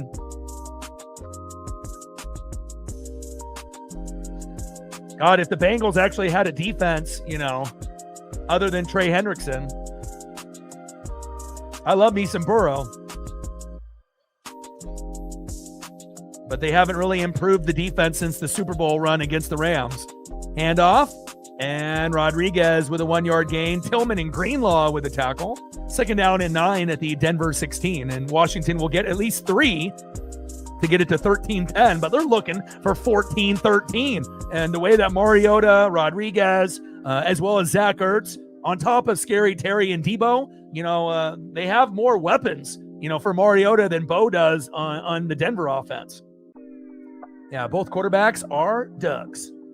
And then you got Herbert and Dylan Gabriel in the league as well, even though Gabriel is a backup now to Shadur Sanders and obviously Herbert on the Chargers. It's the first time that we've had 4 QBs in the league and, maybe ever. Mariota, short right to Jeremy McNichols. No gain. McMillan with the tackle.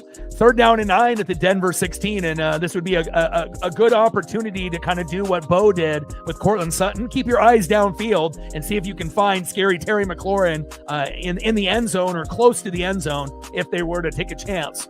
I mean, you only need 9 yards, so. And obviously Denver loves to blitz on 3rd down, so Mariota might not have very much time here. Let's see what they bring. They decide not to blitz. And inside, and there he is, Scary Terry McLaurin, my ESP. 1st down, Commanders. Move the chains. There we go. And again, they should have brought the blitz, and more times than not, Denver blitzes on 3rd down. They decide to play zone. And again, if you're going to play a zone, Mariota is going to rip you up. And great job there, finding a hole in between that soft zone. And if you would have blitzed Mariota, field goal, 100%, or maybe even a turnover. So Denver needs to be better on 3rd down. If you're going to let Mariota have that time, he's going to rip you apart. 1st and goal.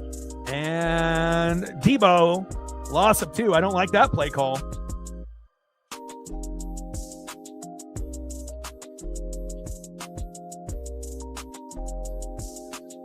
You got Rodriguez that you can go to. And again, that's where I would be going to. Remember, he had that, touchdown up the middle. Again, don't go to fucking Debo.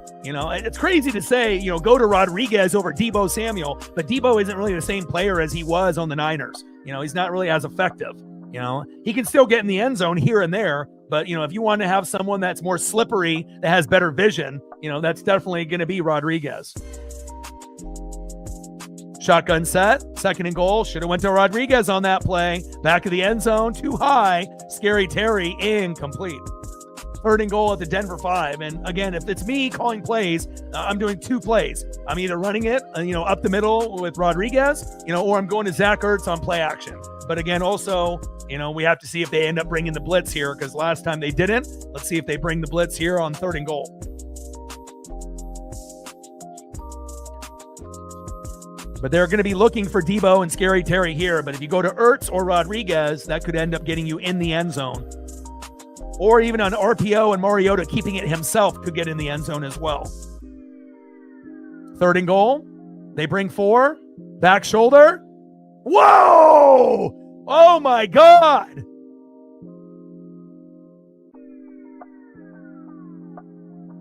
Unbelievable! Oh my God! Treylon Burks, the former, flop there on the Tennessee Titans. Oh my God. One-handed grab. Are you kidding? Debo? No. Scary Terry? No. Treylon Burks? Are you kidding me? And that's why, games like this, where on paper, a 9-2 going against a 3-8. Oh, it's going to be boring. Not so fast. There we go. The battle of the Duck quarterbacks lives on. Extra point is up. And good. And again, he got drafted to replace A.J. Brown, got injured, couldn't do it, and has found his way here on Washington, and that is maybe the catch of the year? Definitely a catch of the year candidate. Agreed. Wow. And again, shows you, Mariota definitely has a certain type of skill set, even though he is a backup. And I love the play call there. And again, I don't know, you could have ran that play 100 times and maybe he catches it once, but I know they're thankful that he caught it that one time. 14-13 Washington. Wow.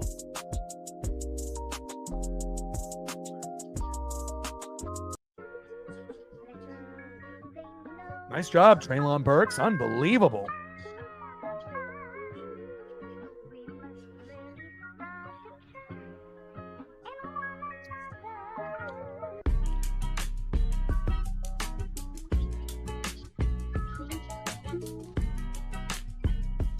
And the crazy thing is that's going to be the biggest catch in his whole career.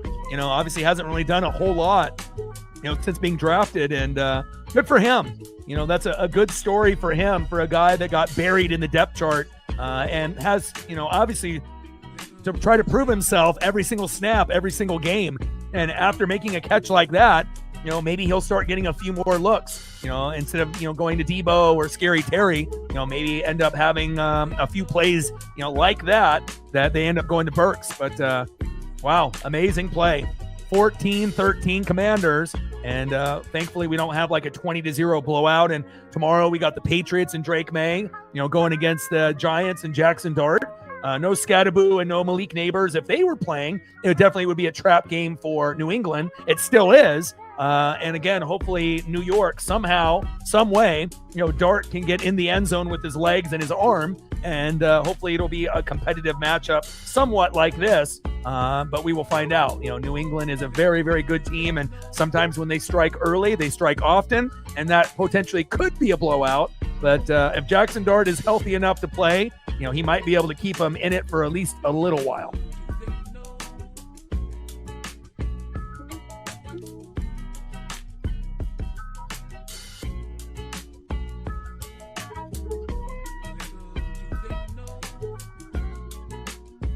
The extension for Odell when he was on the Giants, unbelievable to be able to grip the football right there.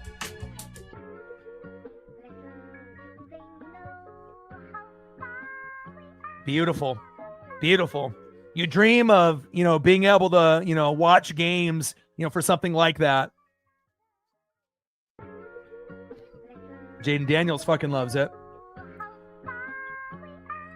I mean, everyone's reaction. I mean, that might be the most shocking play of the whole entire weekend.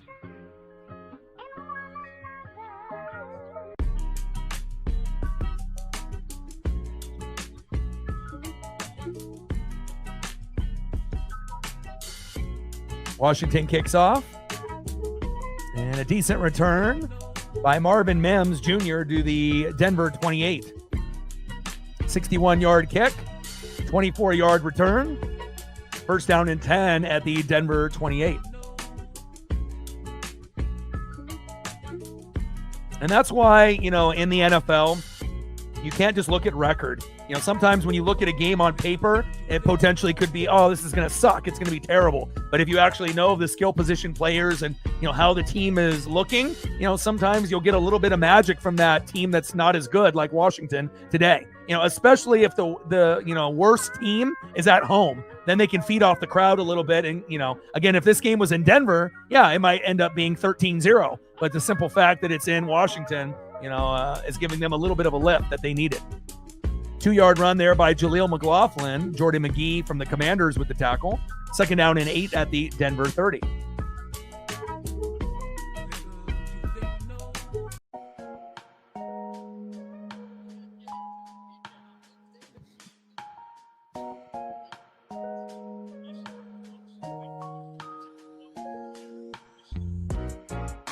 Fourteen, 13. Commanders up on the Broncos by 1. It's going to be whoever wins the battle at the line of scrimmage for sure the rest of the way. Bo, little bootleg, looking for someone. Throws towards the sideline and dropped. Pat Bryant, incomplete. What happened to my hands? You got to catch that, my guy.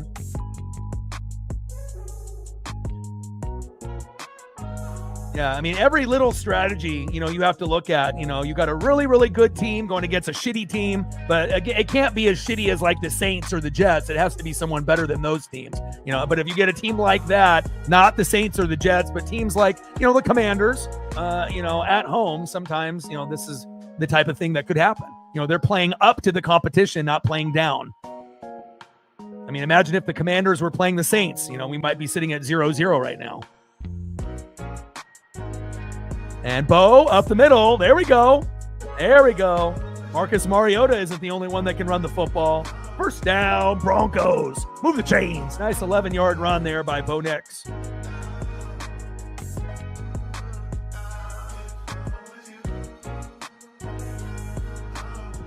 Yeah, and you also have to look at the weapons that, the bad teams have. And there's definitely some bad teams that have better weapons than others.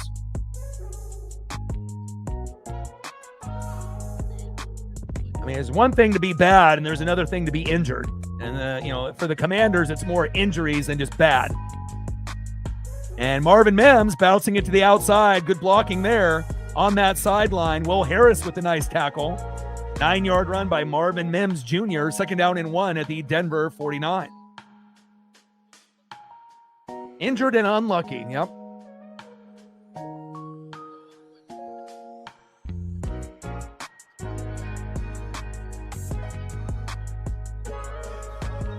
Shout out to my boy Brooks Beats with the best beats on YouTube. Like, sub, donate, comment, share. If you haven't smashed that like button yet, please do. Help us get to 100 likes, 100 on that dono train. And 5 to 15 subs. Let's get it, baby. Little trick play. And pass dropped by RJ Harvey. Bobby Wagner with the coverage. Bobby says, not today. No reason for Denver to get so cute like that when you're down by 1, and that's sometimes Sean Payton's problem. This is not Drew Brees. This is not the Saints. You don't have Reggie Bush. There is no Marquise Colston. You got to be able to call plays with what you have. I don't like that play call one bit.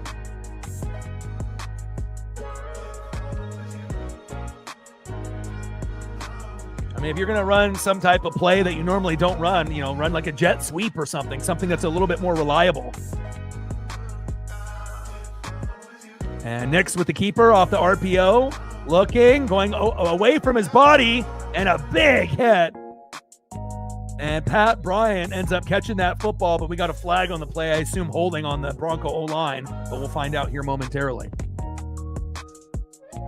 And you never want to throw across your body. That's going to lead to an interception, or it's going to lead to your player that you're throwing to getting injured. And again, Pat Bryant took a big fucking hit right there. You never want to make a throw like that ever doesn't matter what level, high school, college, or the NFL. I mean, you're throwing your player into no man's land. And again, lucky that he didn't end up fumbling that football. Let's see who the flag is on. Pass interference. Offense. Whoa. Decline. Holding on the offense. Whoa. Whoa. 10-yard penalty. 3rd down and 11. And again, when you get too cute with play calling, then sometimes you start having self-inflicted wounds. And the Broncos offense, again, stalling again. You have to be able to call plays within, what Bo Nix can do. And again, I feel like on this drive, they're not doing, what they should be doing, the basics. And the Commanders have the momentum off that big Burks one-handed grab. And let's see if the defense can come up with a big play here on 3rd down and 10. Shotgun set. Nix, they bring pressure. Plenty of time, going deep. And caught. 1st down, Broncos. Cortland Sutton getting in that open zone and bailing out Bo Nix. 1st down, Broncos. Wow. After momentum was starting to shift to the Commanders, a big play. And obviously, Cortland Sutton is their top target on offense. And again, how do you leave a guy that open? Nobody there. Shotgun set for Bo. And they definitely bailed out the Broncos. That should have been a punt, for the Commanders. 4-yard pass from Nix to Ingram. 2nd down and 6 at the Washington 25. And from what could have been a long field goal attempt or possibly a punt, will more than likely now turn into a field goal or possibly a touchdown.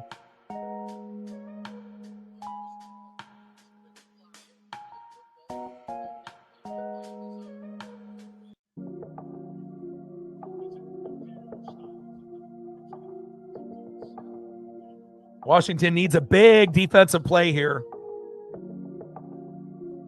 Next, hands off. And there you go. A nice gang tackle by Washington there by Javon Kinlaw. 1-yard run, 3rd down and 5 at the Washington 24. And obviously, if you're a Commander, fan or just rooting against Denver, you definitely want to try to hold them to as many field goals the rest of the way. Ideally, that's all you want Denver to do is kick field goals the rest of the way. And if you're able to do that, you might have a chance to win this game. And obviously, if you're Denver, you have to get in the end zone at least one more time to feel comfortable. And then add a few field goals on top of that. Unless you're able to get 2 more touchdowns, and that could be enough to get the victory.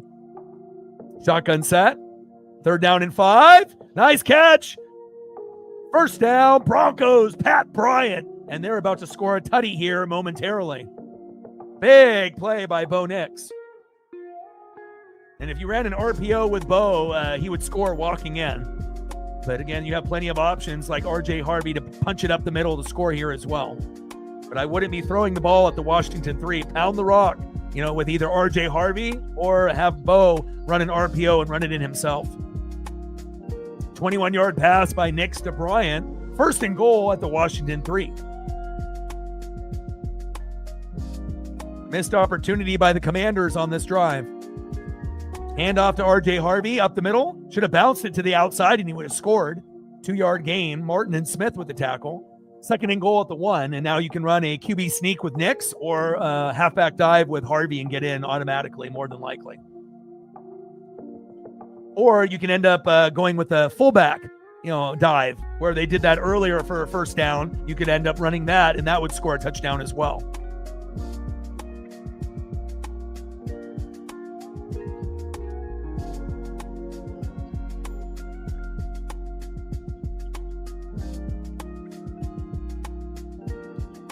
Handoff. Touchdown, R.J. Harvey. Nice job by the Broncos taking advantage of a couple bugaboos there by the Commanders on defense. A nice job by R.J. Harvey getting the tutty. Extra point incoming. Too close to say. I mean, obviously Denver is the better team out of the two, but at this point, I mean, it's kind of up for grabs.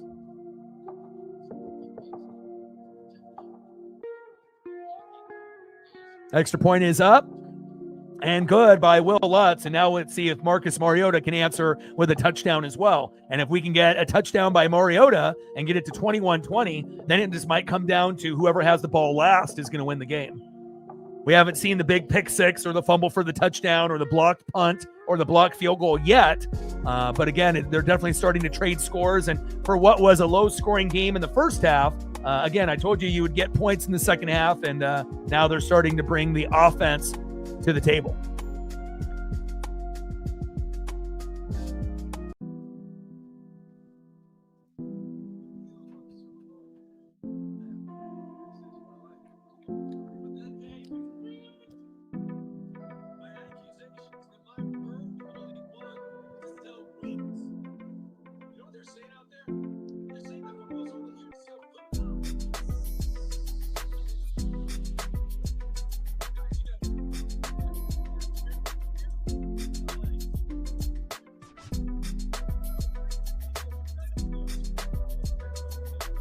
Great drive there by the Broncos. Back and forth matchup, 20-14, Denver up. But Washington has played well. I mean, really, the only bad thing that Washington has done today was Mariota got blasted and then threw it towards the sideline, and it stayed inbounds in double coverage and got picked by Drake Greenlaw. That's it. I mean, that really is the only bad play Washington has had. So considering that, if they can continue to run with Rodriguez, find Zach Ertz, Debo, Treylon Burks, and Scary Terry, and they can be efficient, they should be able to go back and forth the rest of the way. And again, whoever ends up having that big turnover in the fourth quarter, that might be the deciding factor. But the way that the offenses are flowing for both teams, definitely could come down to who has the ball last. But we got to see if Washington can match the touchdown and end up getting in the end zone and taking a 1-point lead. Chief O'Chief in the building. What's good? How are you, brother? Quality matchup here today. And we got Patriots and Giants tomorrow, which we'll be doing for Monday Night Football.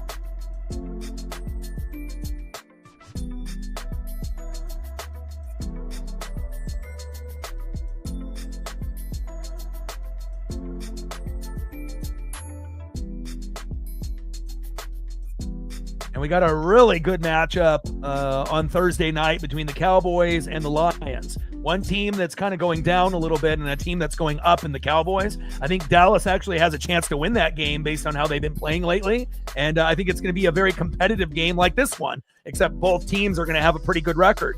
Cowboys just hovering around 500 like Tampa and Carolina, all three playing pretty good ball. And then obviously, you got a team like Detroit that's just trying to hang on, considering what Green Bay and Chicago are doing in the NFC North. Broncos with the kick. Debo with the return.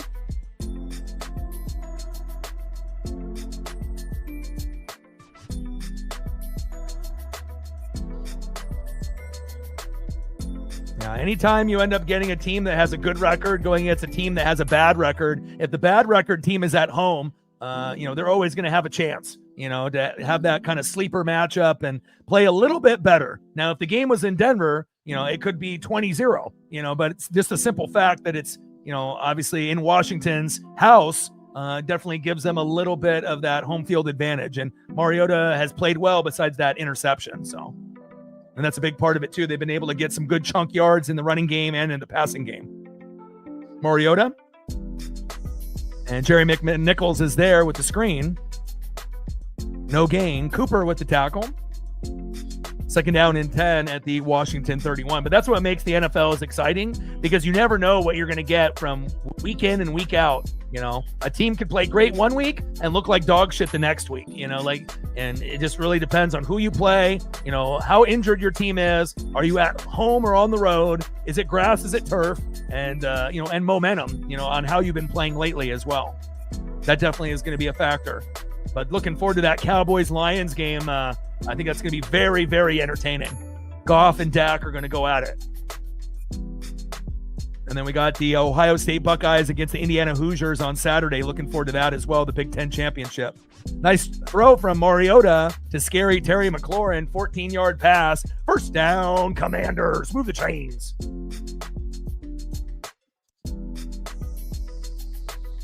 Well, unfortunately, there's too many NFL rules in general that I wouldn't be able to tell you every single one. So, but if you go to Google and just type in NFL rules, it'll give you a breakdown on there, and that'll give you kind of an idea.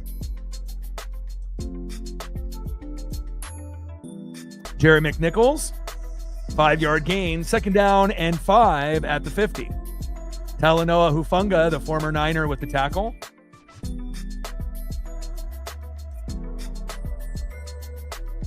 And Washington has more offensive weapons than Denver does. Again, you have to understand, Denver made the playoffs with barely anything on offense last year. They're going to make it this year with barely anything to work with. And, again, sometimes you get these teams that have bad records, but, they're just kind of bad luck and injured more than just being a bad team. The Commanders are not the Jets or the Raiders or the Saints. They are much better.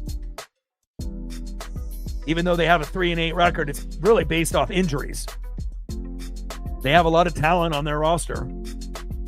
Not as much as the elite teams, but as far as the bad teams, they might be the best bad team in the NFL right now.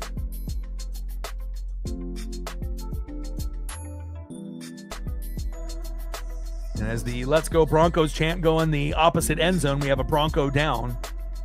Hopefully he's okay.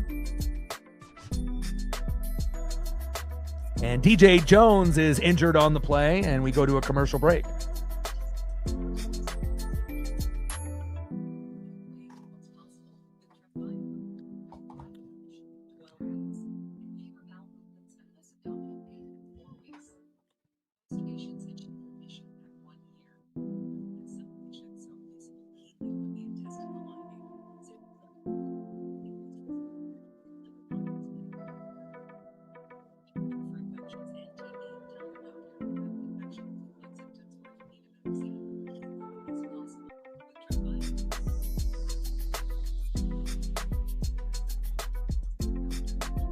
(20-14) Broncos, 1:41 left in the third quarter. And the Commanders actually have a shot, so that's what makes it fun. Instead of just having blowouts, like watching the Rams beat the shit out of the Buccaneers, that was not ideal. Ideal maybe for Rams fans, and that's it. But for fans of football, that was not what we want to see. We want to be able to see competitive football, and every once in a while we'll get a terrible blowout, but for a lot of us NFL fans, regardless on who's playing, we just want to see a good football game, and we definitely got a good one here today. Now, as far as tomorrow, with Jackson Dart not having Scadaboo and Malik Neighbors is definitely going to hurt their offensive, chances of, putting up more points. But, and you would assume, right, that the Patriots are going to win, and they're going to win by a lot. But, we will wait and find out to see how that all plays out tomorrow on Monday night. Maybe the Giants will, dig in and play a little bit like the Commanders today to try to make it a little bit more interesting. I hope so.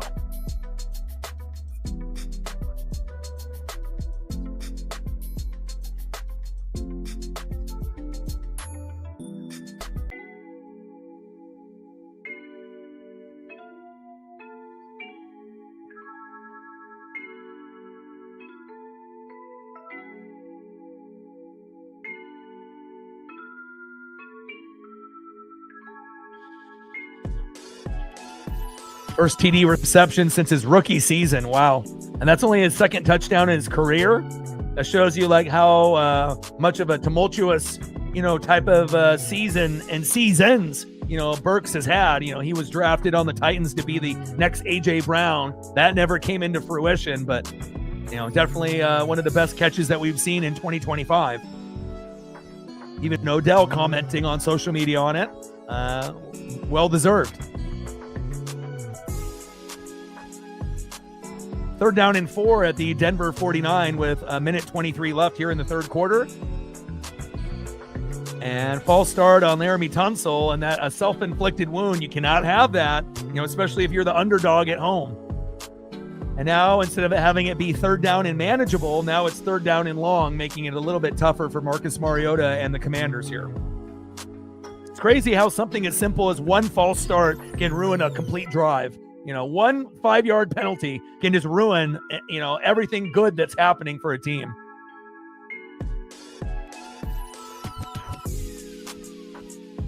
Five-time Pro Bowler Laramie Tunsil, you need to be better, my guy. And let's see if they can get Scary Terry or one of these individuals a look.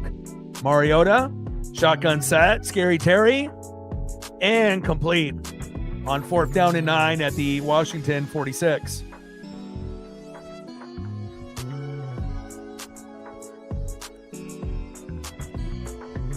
Mariota got crushed there.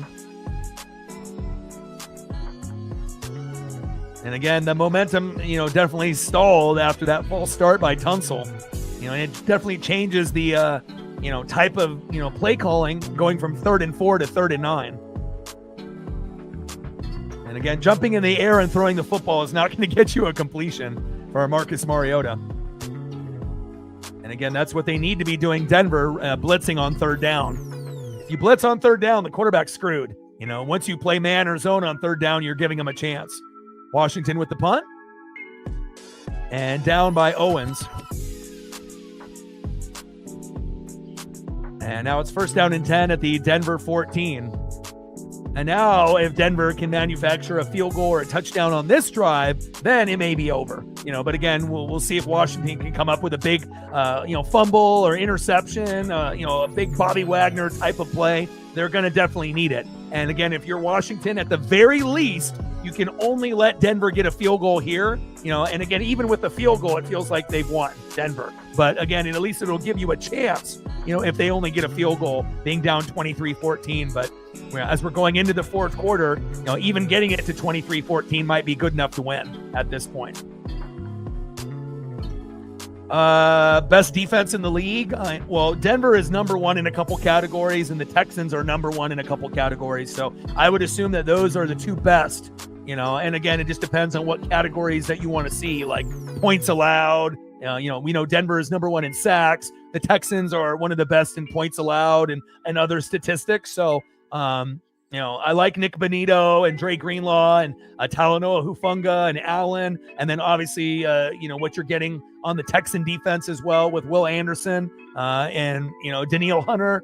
They got some nasty, defenders over there. But I would say right now, those are probably your two best defenses today. And then there's a lot of other ones that are really, really good.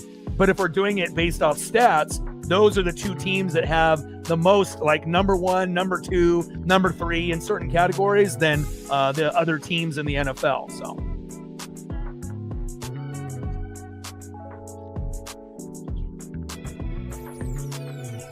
I mean, at times, Denver looks like they have the best defense. I think maybe like at the beginning of the year, they look like they're the best. But I think as of late, I think the Texans have looked better, within the last few weeks. And again, it's very, very close. It just depends on what you prefer. If you want sacks, you want Denver because they already got like 1 billion more than the second team. I think they have like 15 more sacks than even second place. It's like something insane, right? And then at least that was going into this week. Things may be different now, with the updated stats. And then obviously if you're talking about points allowed and yards and things of that nature, then obviously the Texans. So, but I feel like Denver, maybe earlier in the year, but I think if I had to choose one defense like today, I think I would probably go Texans just a little bit over Denver, but they're very, very close.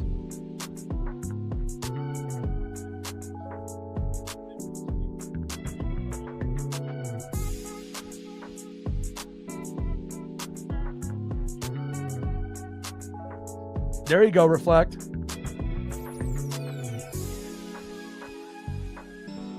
I mean, I wish Tampa Bay's defense was like Denver's and Houston's. That's the type of, thing I get up for. I like to be able to see, defense like that. Sapp, Brooks, Lynch, Barber, Simeon Rice, who got inducted into the Buccaneers Hall of Fame, and a guy that was a borderline Hall of Famer. And if we didn't have Simeon Rice, that was the piece that got us over the top.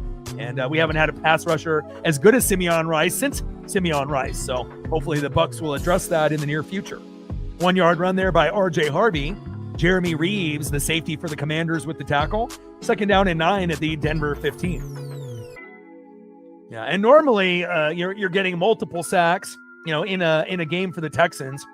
And going into the game, I believe Danielle Hunter and Will Anderson Jr. both had like 10.5. Obviously, we know that number one is Myles Garrett by a bunch, and he's trying to get 25, and break the record, and he might do it. So, I mean, anytime you can get 4 or 5 sacks in a single game, you're the real deal. Holyfield.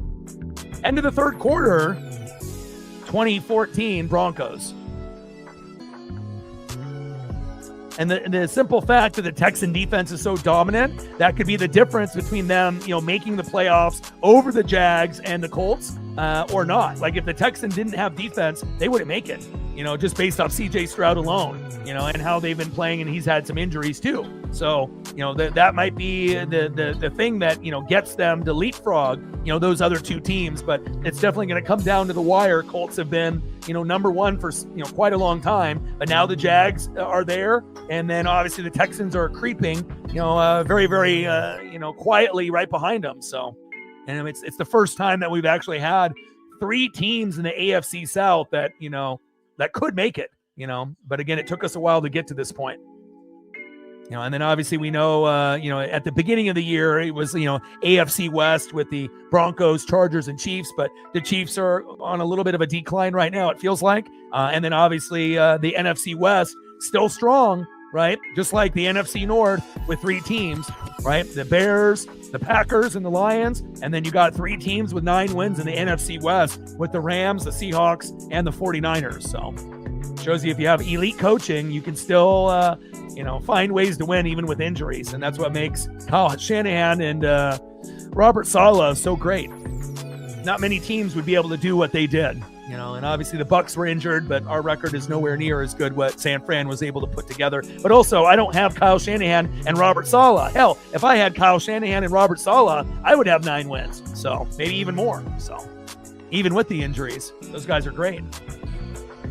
End of the third quarter, 2014 Commanders. I wish. 2014 Broncos.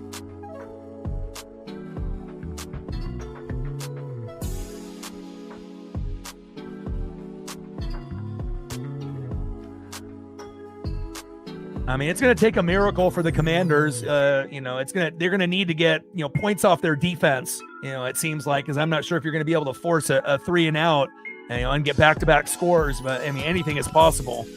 But that false start by Tunsil really ruined the momentum. After we had back-to-back touchdowns scored by both teams. But if Washington can, find a way to get a big defensive play, that might be the difference between them winning or losing this game. So. And they have to be able to force field goals the rest of the way. And that would primarily mean 1 field goal. And then you would have to get 2 scores, obviously, if you're Washington.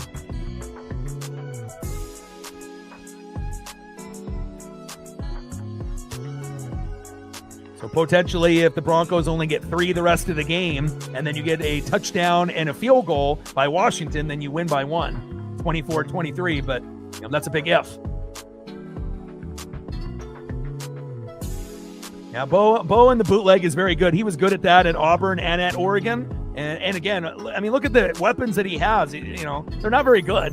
They got a few names, but, again, there's a lot of other offenses out there that got better weapons. And, once Bo gets his Devontae Adams or Puka Nacua, then it'll take him to, places that we've never seen before. Just like when Josh Allen got Stephon Diggs, took his, skill set to a whole nother level. And again, Cortland Sutton may be the one, for now, but to me, he's more of like a 2. And again, it's like if you can have a Devontae Adams, Puka Nacua, and Cortland Sutton, and then Troy Franklin's like the 3 or the 4, and then you can end up, getting a tight end like Tyler Warren or Sam Laporta, then we're really talking. And then you also need to get some more running backs to supplement Harvey and Dobbins. If you can get, a little bit more depth on offense, then they'll really be cooking. Passing complete there, deep middle to Pat Bryant, 3rd down and 8. And they need one more defensive stop here, and Washington is in business.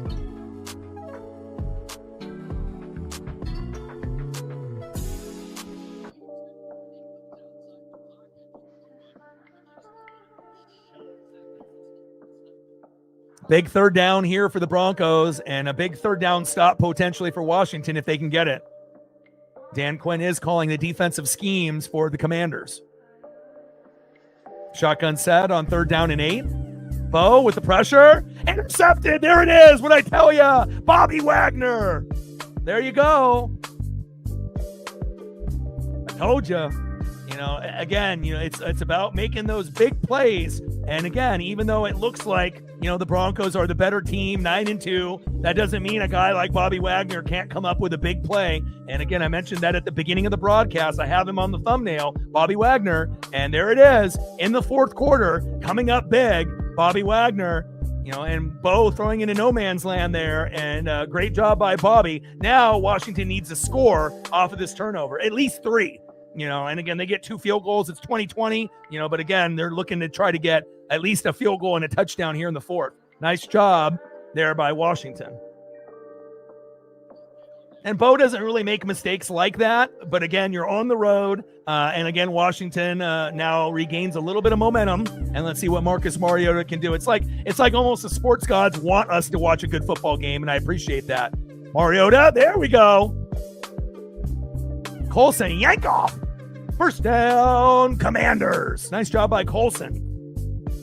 1st down and 10 at the Denver 22.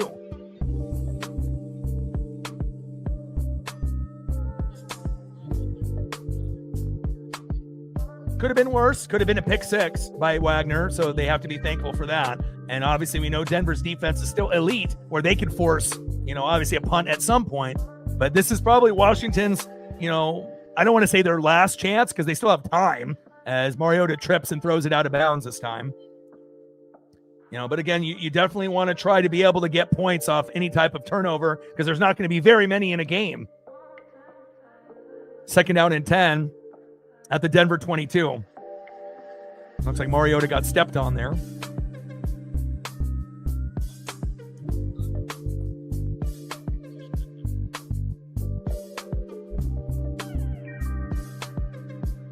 And they can't fade the run. Remember, I said if you fade the run, you're not going to win this game. You still need to go to Chris Rodriguez. You got to keep running the football. Don't go away from that.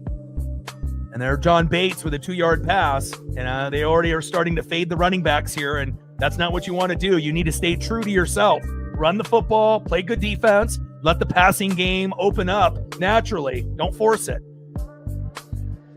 You can run RPOs and get Mariota to run 1st down with his legs. And then obviously you cannot abandon the run.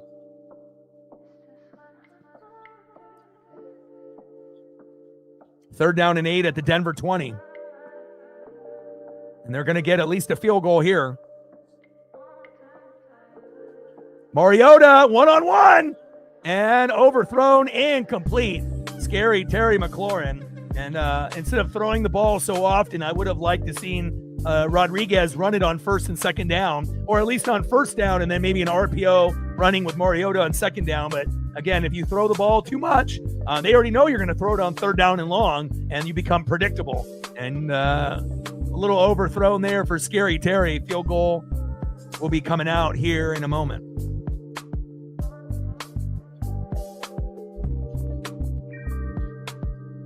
Field goal is up and good. There we go. Great job by Bobby Wagner, and field goal is up and good. And again, if Washington can continue to play defense, they're going to have a chance.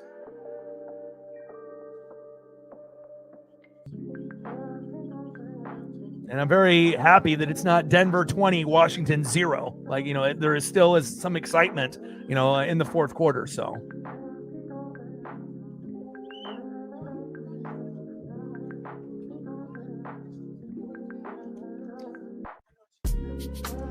And see, I was waiting for you to bring that up. Crazy how he transferred from QB to tight end, huh?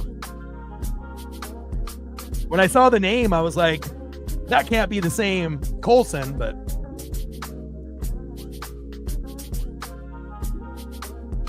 I mean, especially if you're watching teams that aren't yours, right? You just want a good game. If it's not your own team playing, if you're watching the games, other games, you want them to be competitive and fun. So, nobody wants to watch the Rams, beating the Buccaneers by 1 billion. I mean, Rams fans loved it, and people that were betting on the Rams loved it. But as far as like other fans, It's not ideal, when you get a blowout like that. So, and luckily this game is much better, and the Buccaneers recovered, beating the Cardinals today, not by much, but at least we got Bucky Irving back. And if we can have Bucky the rest of the season, we should have a good chance to do some damage. 2017 Bronco lead, but the Commanders are threatening, and they're playing some pretty good ball. And, I had a feeling Bobby Wagner was going to do something special today, so decided to throw him on the thumb, and he did me proud. Nice job, B-Wags. It's crazy to see Wagner play at a Hall of Fame level. Like, he hasn't dropped off, whether he was on the Seahawks, and then he went to the Rams, and then obviously now with the Commanders. Like, we're just expecting him to fall off, just like every other, player that gets old, but he hasn't fallen off it at all, not even for a season. Very, very special player, especially when they look at his stats year in and year out compared to other players that played linebacker. It's going to be eyebrow raising, let me tell you.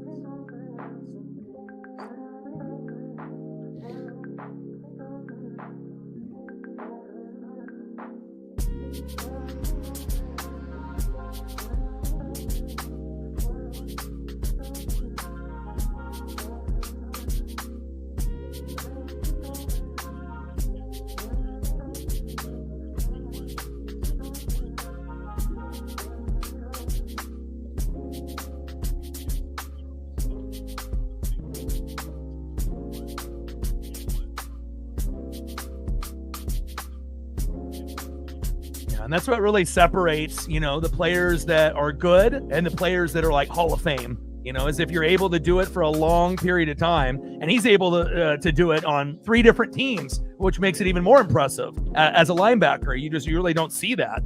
He's a true one of one.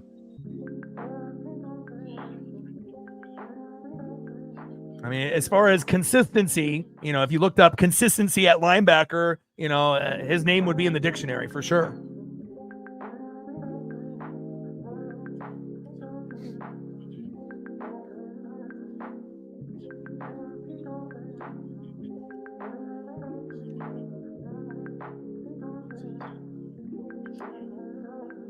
$19-yard return off that Jake Moody kick. 55-yard kick by Jake Moody. Marvin Mims with a 19-yard gain. First down and 10 at the Denver 29.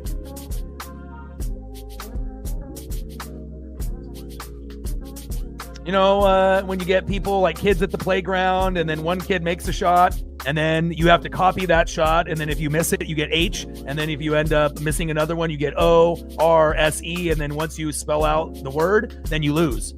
So obviously it's something that may not be as common in Australia and whatnot, but a very popular game here in the States. And obviously it doesn't have to be horse. You can use any word to play that particular game. So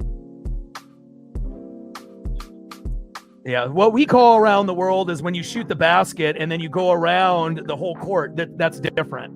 So for what you guys call it, it might be different, but we have around the world, and that's when you have certain, points where you're shooting at the basket, close up, farther away, and then you're working your way all around the court. And then if you make it all the way around, then you win. But with horse, it's like you can do weird trick shots and then throw it behind your head. And if it goes in, then the person has to copy that. So for our around the world, it's completely different than horse. 2 totally different games here in the States. 5-yard pass from Bo Nix to Pat Bryant. 3rd down and 3 at the Denver 36. Yeah, horse is completely different than that. Yeah, because you can do trick shots, like cover your eyes and make it with your left hand, and then the person has to do the exact same thing. And if they don't, then they get the letter. So obviously it takes a little bit more skill to win at horse, depending on what trick shots are being done. And then obviously if you are good at around the world, you're probably a shooter. And it's 12 noon. You know what time it is. Time for a sack lunch. Yum, yum, yum, yum, yum. Frankie Louvu. Big tackle and a sack lunch. And the Commanders have the momentum. 4th down and 9 at the Denver 30. You have to make the basket to not get the letter. If you miss the shot, then you get the letter. So it's like if we're playing and you make a shot, Megan, and then I do the exact same shot in the exact same spot, and then I miss it, then I get H. And then you miss it, and then you make another one, and I miss it, then I get O, and I'm a hoe. And then if you go around each letter. So so if you're very good at trick shots, then you can end up being a champion at horse, or whatever word that you want to associate that game to. And a long punt there. And the Commanders now are in business. 43-yard punt, out of bounds. First down and 10 at the Washington 27.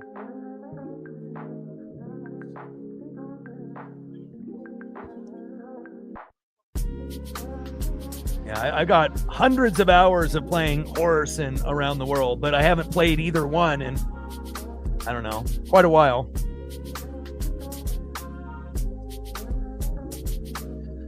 We got 10-12 left in the fourth quarter, so still, you would assume another 30 minutes before this game is over.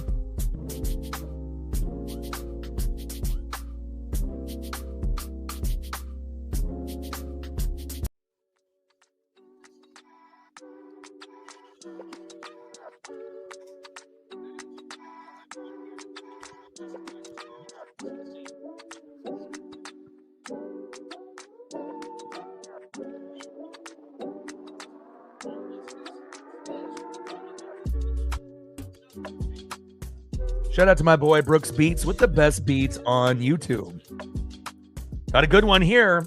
Sunday night football, Denver Broncos 20, Washington Commanders 17. So I think, for betting and just in general, just knowing that if you got a team that's got a really good record and it's a trap game and they're on the road, those are the games that they potentially could lose more than if they were at home playing Washington. Because again, if Denver's at home, realistically, the score probably isn't 2017. Denver's probably up by quite a bit more, so bad teams can still put on a good effort at home.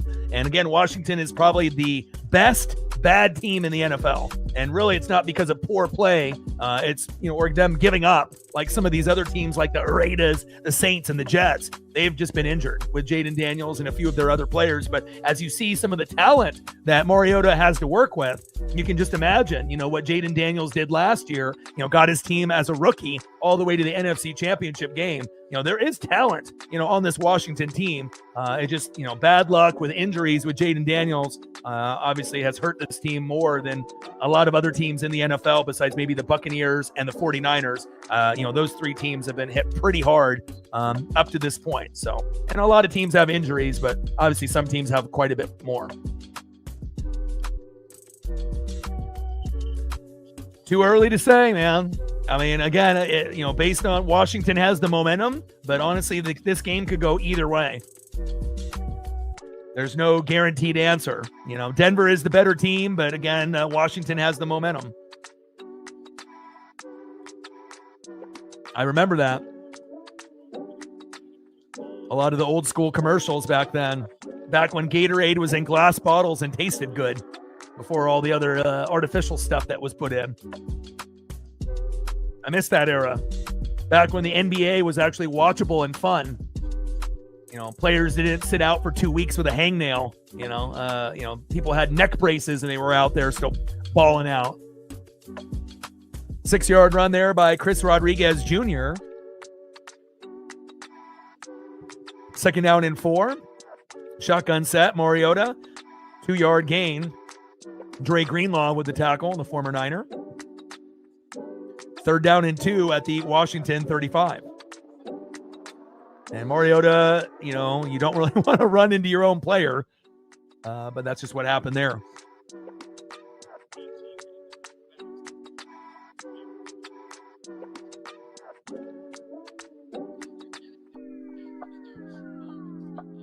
We're getting down to the nitty-gritty here. Who wants it more? Whose defense is going to come up with the big plays late to end up sealing the victory for their team? Shotgun set, Mariota short left to Deebo Samuel. And why are we throwing the ball on third down and 2? Run the ball, damn it. And I have this problem with not only college teams, but NFL teams as well. Just because, you assume that they're going to be blitzing and whatnot, you have a better chance of getting the first down by running the ball than throwing it. Even if Jaden Daniels was healthy and playing, run the ball. It's like the Huskies. They had Adam Muhammad that was getting 8 to 19 yards on every fucking carry against the Ducks, and then they decided to give Jonah Coleman the ball, or throw the ball. Make it make sense. If someone is hot, you keep going with them. Obviously, if you want to win, and as soon as you start fading that player that's hot, then the advantage goes to the other team. Give the hot hand the ball. And again, a couple missed opportunities by the Commanders by not going to Chris Rodriguez up the middle. He's a guy that will get you, not only first downs, but got you the touchdown early in the game. Hello? And maybe that's why, they need someone else calling plays for Washington. Situational football is so important, and that really separates, the people that know football and the people that are, calling the plays that they want to call. Maybe not the best play for the team. And Tressway with the punt. First down and 10, fair caught by Marvin Mims Jr. And Butler is returned back to the game. First down and 10 at the Denver 20.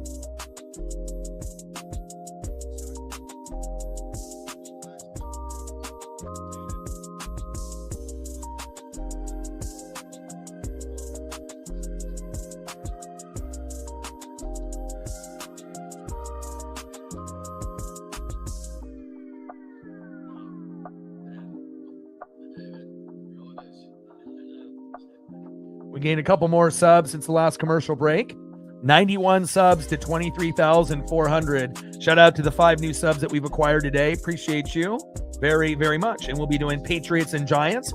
And again, even though some of these matchups, on paper may be boring to some, if you come to this channel and you watch a game and we watch together, you're going to be more entertained even in a matchup maybe that you normally wouldn't watch. If you watch together with us here, we'll make it the most entertaining that we can possibly make, a matchup that maybe on paper that looks somewhat boring. So, obviously the Patriots are fun to watch with Drake May. The Giants, not so much. Now, if they had Jackson Dart, Scadaboo, and Malik Neighbors, then the matchup would be a little bit more interesting. But again, we'll see if Jackson Dart can still make some plays with his arm and his legs to prevent a big blowout on Monday night. And hopefully that'll be the case.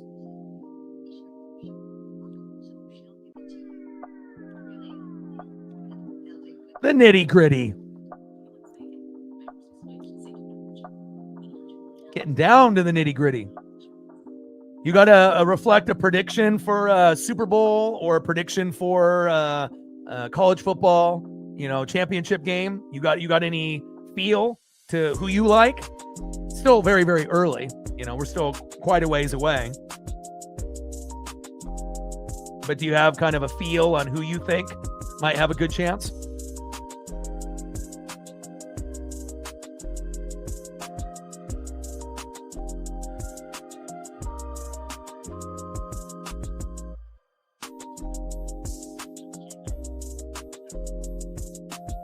There's a number of possibilities that you could predict, on the AFC, NFC side, and as well as the college football playoff.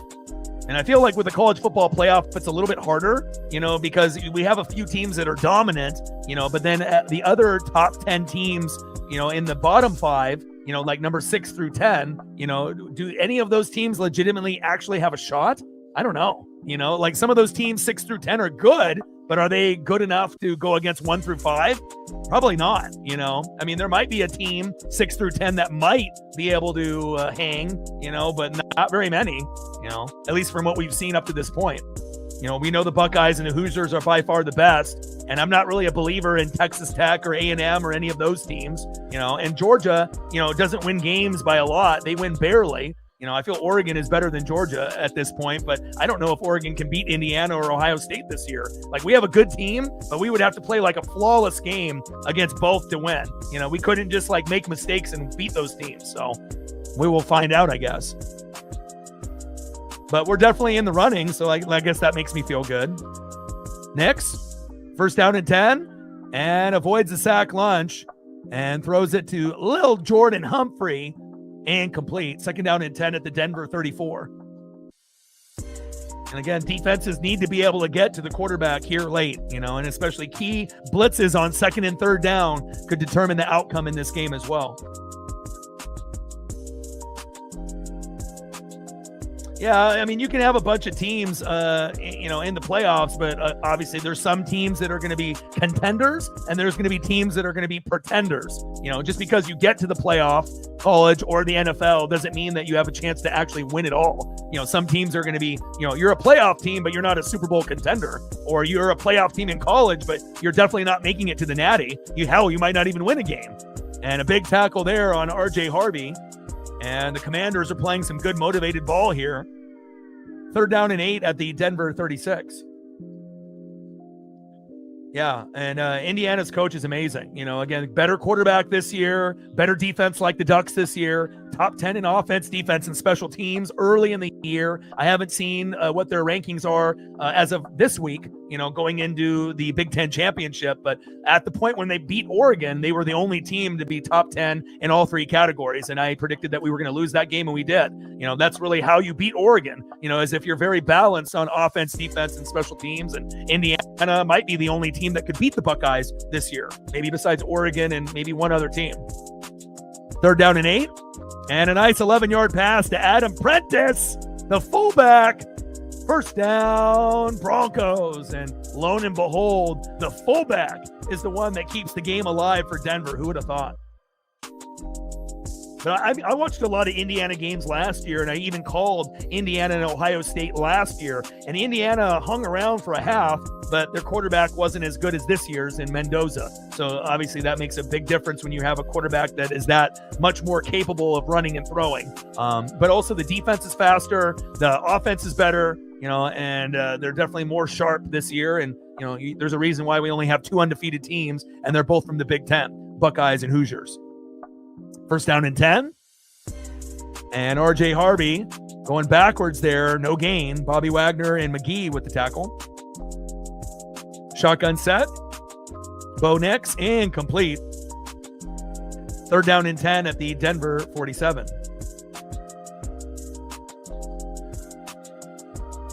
And I think it's cool that Indiana is good. They kind of took over the Michigan role as far as like dominant team, in the Big Ten. Like, obviously we had Ohio State and normally Michigan, but after Harbaugh left, they're not as good. Still a top 25 team, but not on the same level as they were, obviously. Same thing with Bama. If you don't have Saban and you don't have Harbaugh, you're not going to recruit and have the same type of NFL players on those schools. Nix. And short right to Ingram for a 6-yard pass. 4th down and 4 at the Washington 47. And I would assume that Denver will punt here, but we'll find out.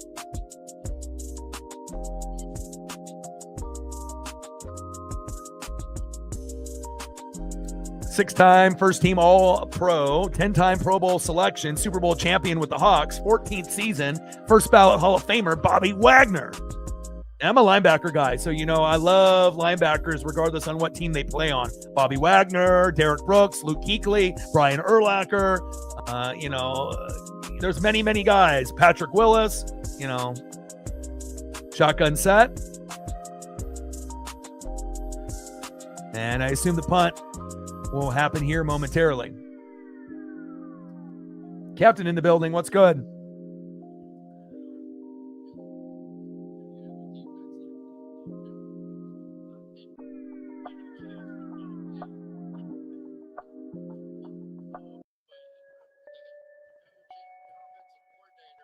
And punting the football is the correct decision there. And now the Commanders are going to have a chance to tie or take the lead and possibly win if they can be clean on this drive. And again, the way that you win this game, you go to Rodriguez, the running back. You don't fade the run. You run, run, run. And if you're able to do that, the passing game will open up for all the different weapons they have. But if they pass, they're not going to win this game, more than likely. Also, using Mariota's legs on one of these plays on this drive will be key to be able to get them and, to move the chains. I want to see Rodriguez run the ball. I want to see Mariota run the ball on an RPO. And then again, if you end up running some of those type of plays, then eventually the big throw downfield for like a 30-yard gain to either Debo or Scary Terry or Zach Ertz or potentially Burks It might not be a one-handed grab this time around, but, you have to be patient.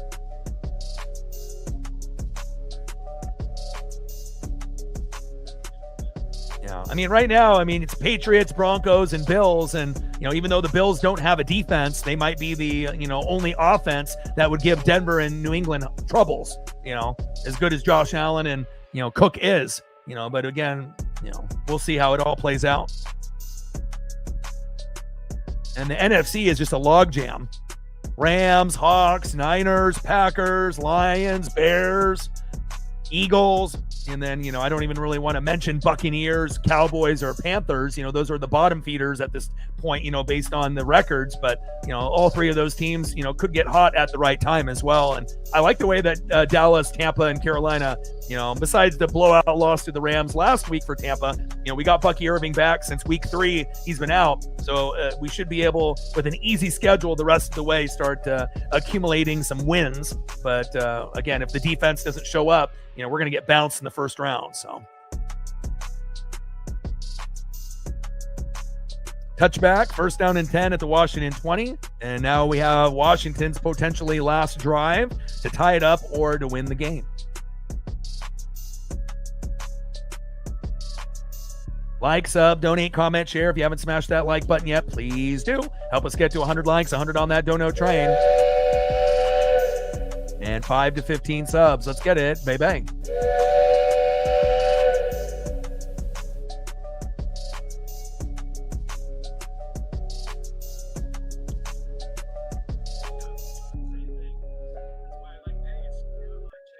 Yeah, well, that's the worst division in football, the AFC North. The Bengals and Browns are terrible, but Burrow should be able to get the Bengals some more wins. And honestly, I think that would be the team that I would want to see. Like Reflect was saying, even though the Bengals don't have any defense, they're kind of like the Bills and Josh Allen. I would like to see Joe Burrow be healthy the rest of the way and have the Bengals win the division. Because at least then that would be fun to watch them. Because I don't really think the Ravens or the Steelers are that fun to watch this year. And, again, they're not really playing very good ball. But, I think if Burrow could stay healthy, then it could be like at least a team that would be watchable. And normally the Ravens are watchable with Lamar, but they just haven't been able to put together a good season this year with Lamar's injury early on. And realistically, the Ravens are the team that most likely will win the division. But if it was my choice, I would want the Bengals and Burrow, at least for this year, And then in most years, it's the Ravens with Lamar, but, they haven't really shown that they've been very good this year on offense or defense. So give me Joe Burrow and the Bengals. They're a little bit more exciting for me. Yeah, just like last year, trying to win out and, having a great offense but no defense and barely missing. And, hopefully we can get Joe Burrow to be healthy for a full year. So, I think they need to get a new coach as well. Play calling is not the greatest there.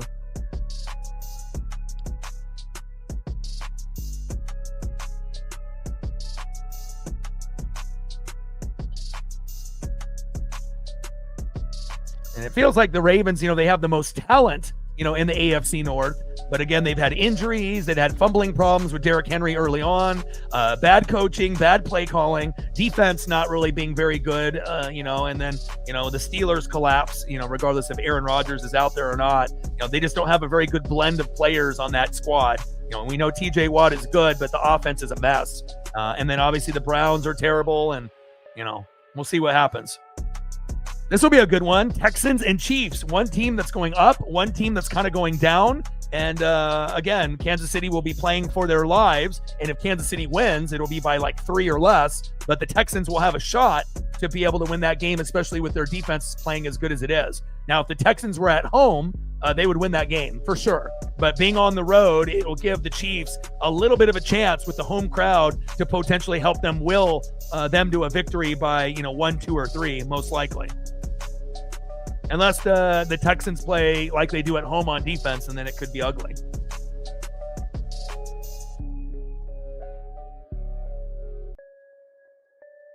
And a big sack on Marcus Mariota. Tillman there.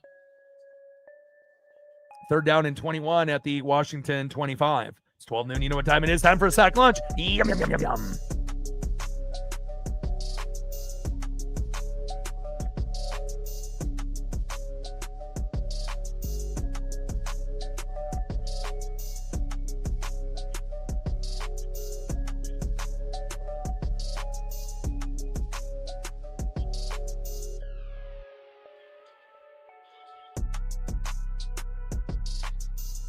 Yeah, I guess tripping is allowed.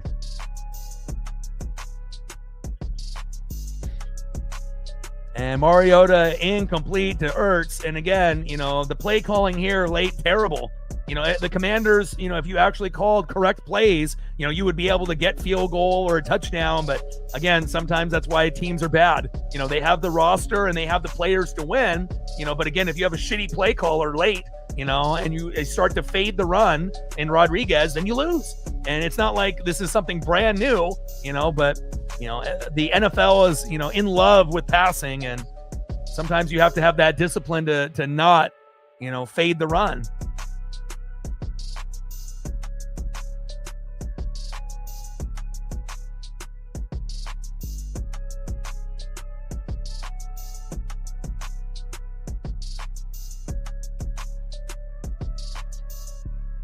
Come on, NBC. Your shit is garbage.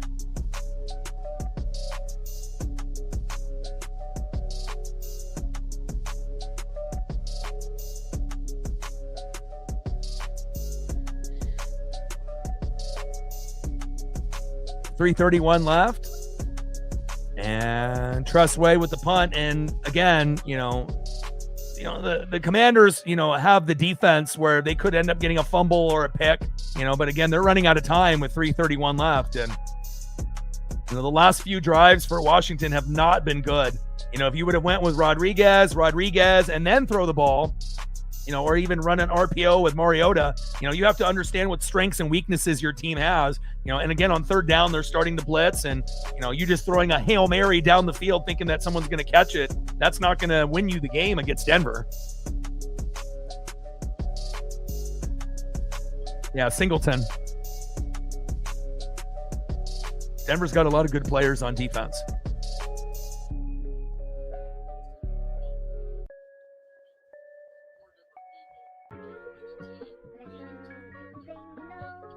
Oh, I hear Paisley. He said, well.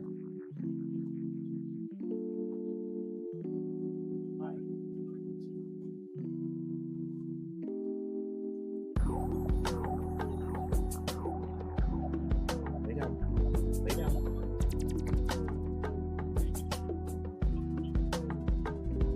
All right, Washington with the timeout. Lay down.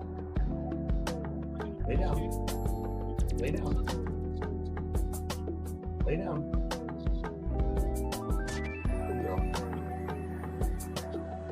Good girl. Good girl. Good girl.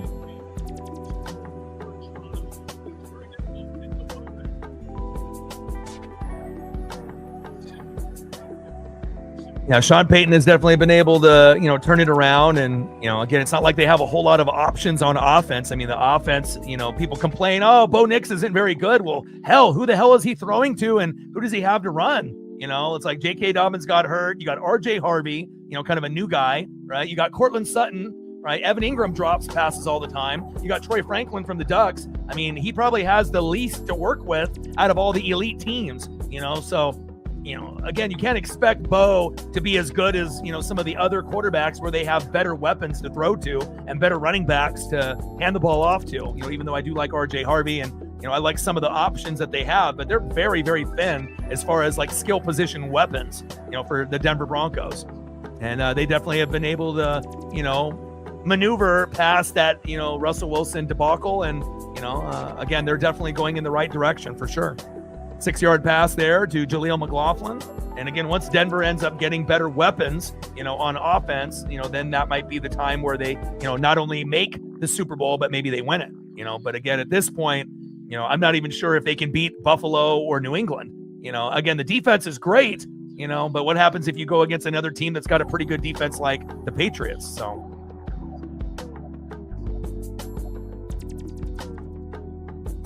Yeah. Agreed.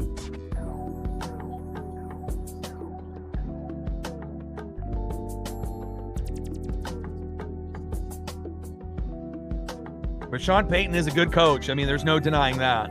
And again, obviously, they drafted Bo Nix, being one of the most NFL-ready quarterbacks. And, he hasn't been as injured as Jaden Daniels. And obviously, Michael Penix Jr. has potential, but obviously injuries hurting his chances of being able to stay in the NFL for a long career if this keeps happening. And hopefully Michael will be healthy for the Falcons so that can make a somewhat of a run at some point in his career.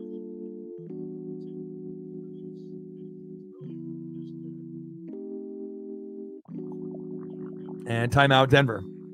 3rd down and 4 at the Denver 35.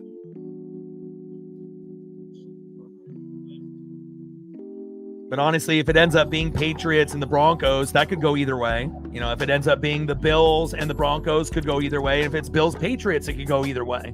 The Bills might be like the only team in the AFC that doesn't really have a defense that can win games purely on Josh Allen and Cook. So I'm very interested to see how it plays out. And then you just have a lot of other teams that just aren't as good as those three, in the AFC. And then obviously the NFC is just a mad, just crazy jumble of, a crazy amount of, well-rounded teams. The NFC is much deeper.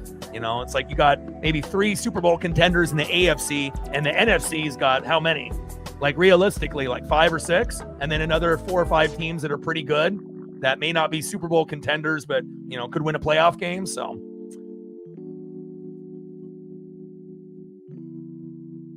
Nix incomplete to Cortland Sutton, and that's going to be 4th down and 4 at the Denver 35. And great defense there by Washington. And again, Broncos should have run the ball, and instead they decide to pass it. And, you have to realize with, RJ Harvey and Rodriguez what you have. And if you're going to fade the run, what's going to happen is that one might come back and bite you. And Bo could have taken off right there and ran to his right side and got a 1st down, even though he's going to be looking for the pass first. But again, sometimes you have to have that awareness when to tuck and go, especially if it's only for 4 yards. Situational football, folks. Situational football. Broncos with the punt, giving the Commanders one last shot to tie it up or win the game.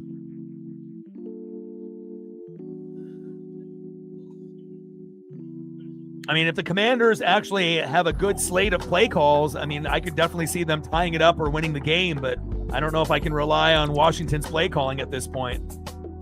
They have the weapons to do it, but will they have the play call and the execution to do it? That's the question.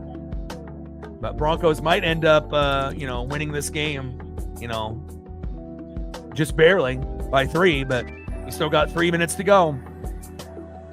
And sometimes this is the point where Denver gets the interception and then the game is over, or they get the fumble recovery and it's over. So we'll see if they can get the pressure on Mariota, but usually when Denver ends up winning games that are close like this, usually that big fumble, that big interception, that big sack, sometimes happens. Throw to the sideline to Treylon Burks, incomplete.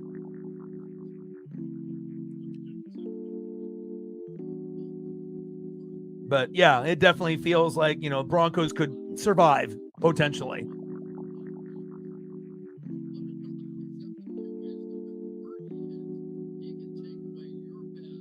Surtain was there early, should have been PI, but obviously not a call for Washington there. But definitely got to him early. Should have been 1st down Washington. 2nd down and 10. Mariota, run! There you go. Use that speed. There you go. 1st down, Commanders. And like I said, you go to Rodriguez or you run with Mariota. That's going to be better, than some of these throwing options that he's had on the last 2 to 3 drives that have not panned out. 8 rushes for 44 yards. Nice job. If you can get to 50 to 60 yards out of Mariota, that could be the difference in this game. If you're going to be playing such an open zone like that, that opens the door for Marcus to get that 1st down. Good job.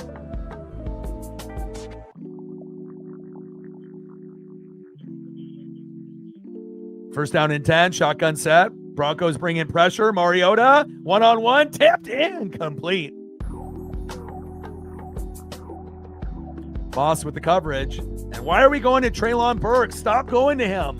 Go to your threat, Cortland Sutton. Burks made the one-handed catch, but you keep going to him like he's the, number 1 receiver on the team. Come on, Mariota.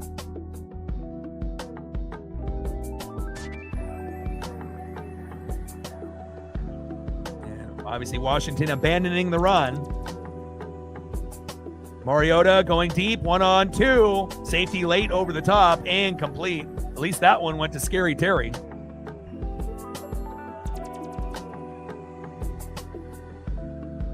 Cortland Sutton is a guy that can make the plays. Obviously for Bo Nix, Scary Terry, Debo, Zach Ertz. You got plenty of options there as well. But, they haven't really kept Rodriguez flowing in this game, and that's probably going to be the reason why you're going to lose this.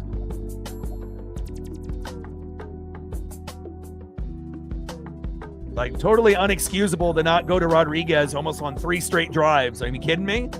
Did they forget that was the guy that scored for them early in the game?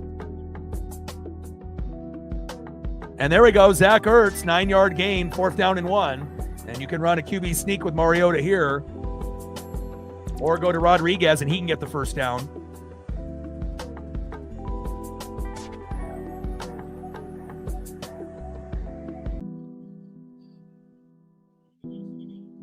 There you go. First down, Jeremy McNichols. Move the chains.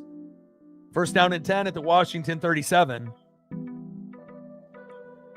And now we're at the 2-minute warning. Washington has a chance to tie, and if they can get like a 30-yard pass or a PI, then they potentially could win it.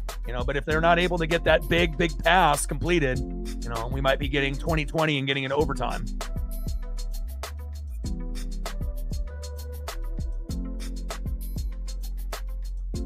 Good game. Much better than the Rams and the Buccaneers from last week. And I don't assume that we're going to get a 2017 Patriots over Giants tomorrow, but you never know what version of the Giants is going to show up tomorrow.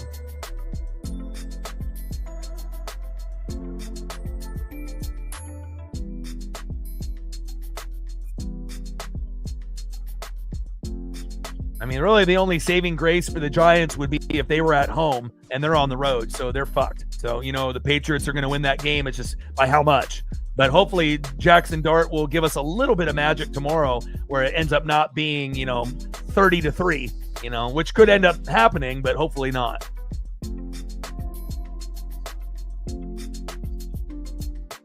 Yeah, I just wish that Scottaboo and Malik Neighbors were healthy. If we had the trifecta, even with just a couple wins on the season, then that it would be a little bit more of a trap game for New England.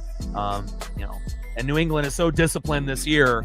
Offense, defense, special teams. Probably the most well-rounded team in the AFC, even if they didn't have 10 wins. Even if they had 7, 8, 9 wins. If you've watched them this year, very, very balanced on all sides of the ball. And you definitely have seen Drake May take his game to the next level. There's no doubt about that.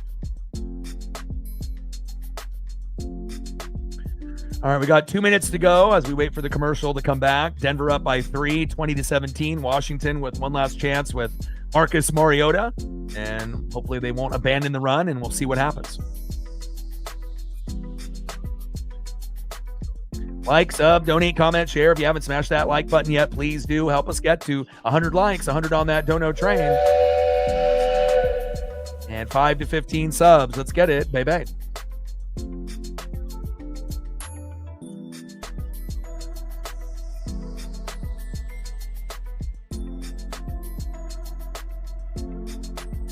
$91 subs to go to 23,400.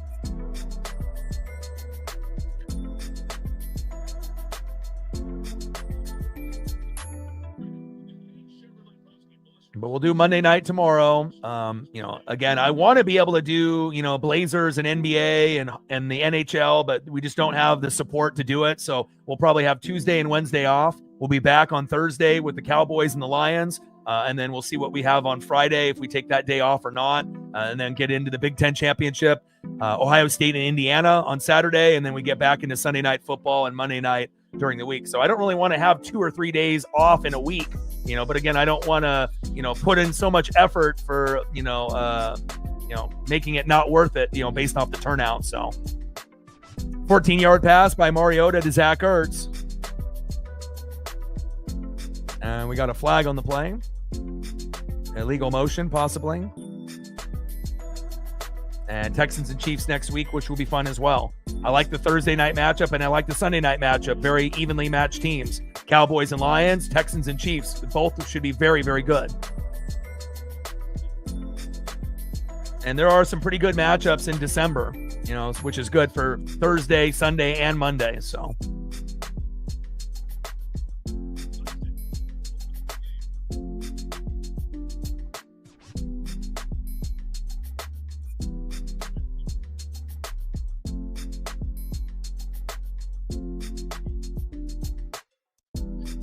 Obviously, once we get into bowl season and the college football playoff, then we'll do a little bit more at that point to make up for some of these weeks, while we're waiting for that to start, where we may have a few days off during the week. So, I like working 6-7 days a week, but, for the next few weeks, we might be working 4 or 5 days out of the week. So, which isn't really what I want, but, I have to go based on metrics and analytics and, I want to make sure that, we're getting appreciated for all the hard work that we're putting in. And, unfortunately for some of these other sports, it's just not worth it at the time. But maybe it will be, as we go into the new year, as we get into after football ends, we'll have to still do some, basketball and hockey to get us to baseball season. So at that point, that might be the time when we do it. So we'll do a little bit of NBA, a little bit of NHL, a little bit of NASCAR for just a couple weeks while we wait for spring training to start. And hopefully they'll have some Mariner games for me to call. False start there. Scary Terry McLaurin, first down and 15 here at the Washington 46 with minute 25 and counting. Mariota steps up in the pocket, got plenty of time, looking, and throwing it out of bounds, incomplete.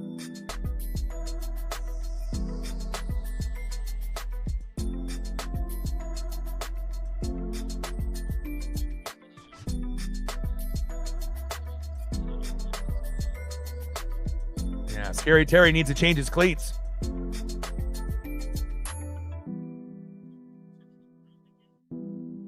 Whoa, intentional grounding? Really? What do we got here? Well, if Washington actually had a good play caller and they went to Rodriguez in the second half, they probably would have won this game, or the game would be 20-20 right now. But again, you see a lot of teams in college and the NFL, have a running back that does good in the first half and they get almost 0 touches in the second half. That's how you lose an NFL game or a college game every single time, especially when you're getting big chunk yardage, out of your guy, and then you just take him for granted and fade him. I get it. It's a passing league, but the way that you win games in the NFL is running the football and playing good defense, just like you did back in the day. And then we got a 10-yard penalty here by intentional grounding. Golly, that's brutal. Second and 25 at the Washington 36.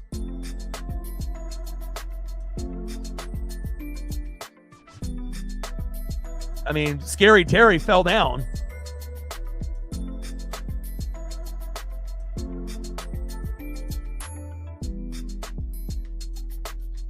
I don't know about that call. Intentional grounding, that's a garbage call. Incomplete. Just threw it away, Get out of here with that. That's not intentional grounding. Terrible call. Garbage. Maybe the ref had Broncos on the parlay. He's like, I got to call something fucked up here late. Make it extra hard for Mariota. But let's see if Mariota can get a PI or a deep pass to make up for it. There's no way in hell that's a grounding. Give me a break.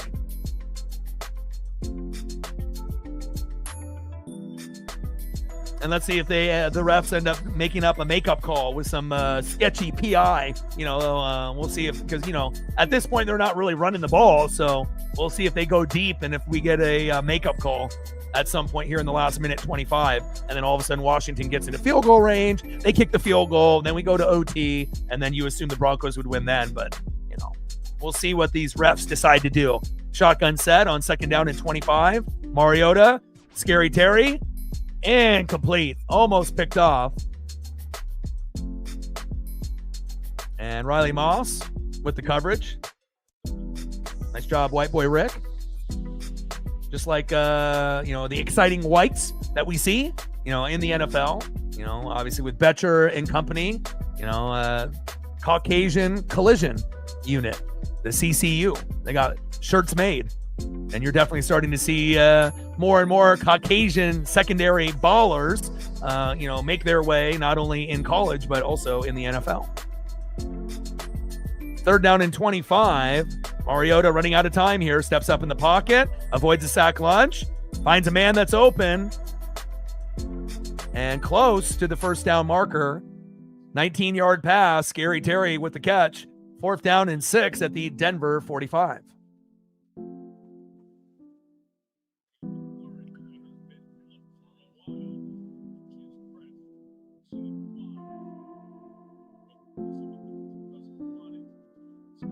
It's crazy, for a while we didn't see a whole lot of Caucasian corners or safeties. You had like the Jason Sehorn back in the day and whatnot, but you're definitely starting to see a few more athletic Caucasians playing secondary positions, which is kind of cool to see. Mariota, short middle. Zach Ertz is there.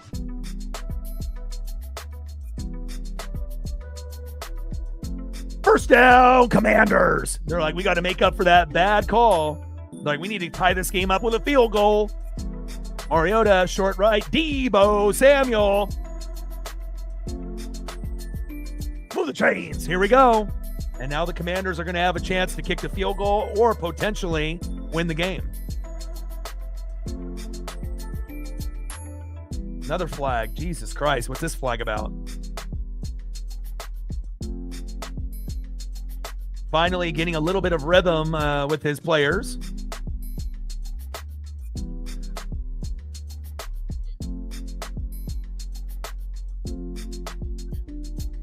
What, too many men on the field?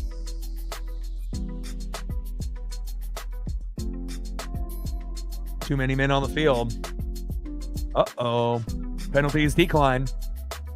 First down, Commanders.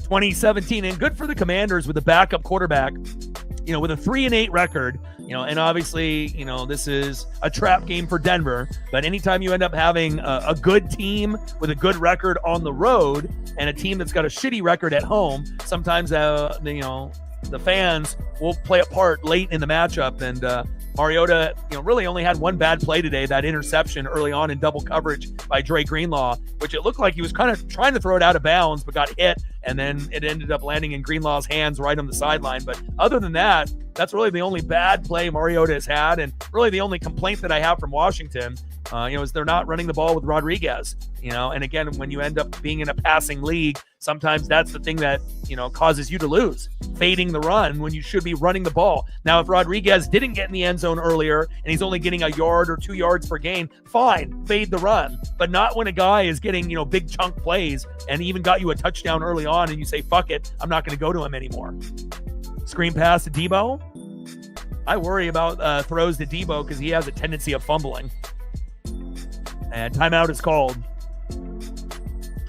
2nd down and 3 at the Denver 20.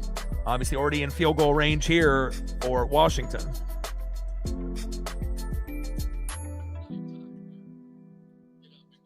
Yeah, score up here.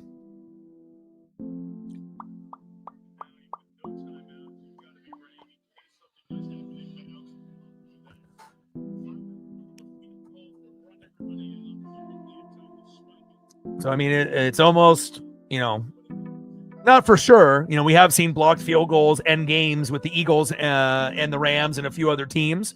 But based on the flow of the game, it feels like it could be overtime unless Washington can find a way to get in the end zone and steal this game.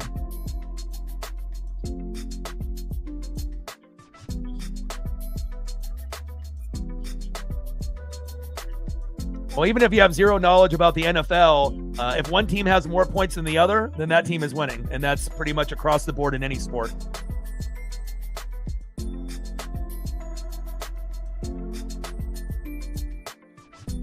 I mean, unless you're talking like golf, and then that's a little bit different. But other than that, 2nd down and 3, going deep in the back of the end zone, incomplete.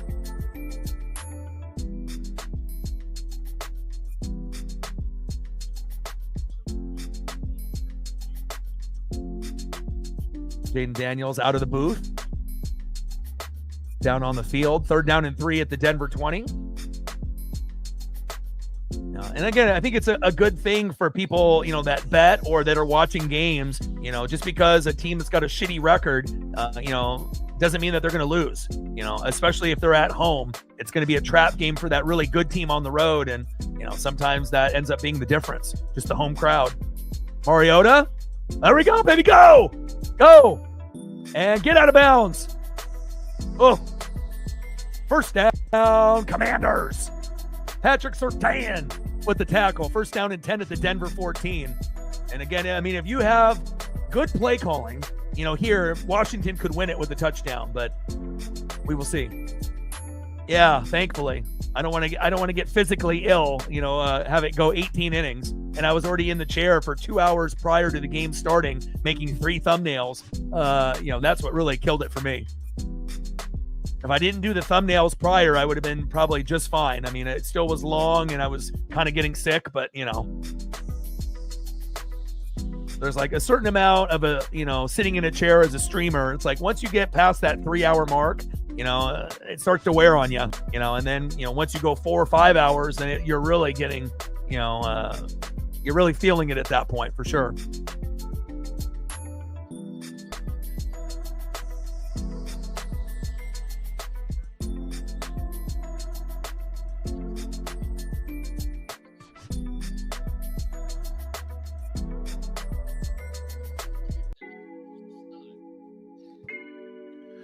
All right, we got 12 seconds to go. Denver up 2017. Obviously, Denver, one of the top 3 teams with the Patriots and the Bills in the AFC as far as Super Bowl contenders.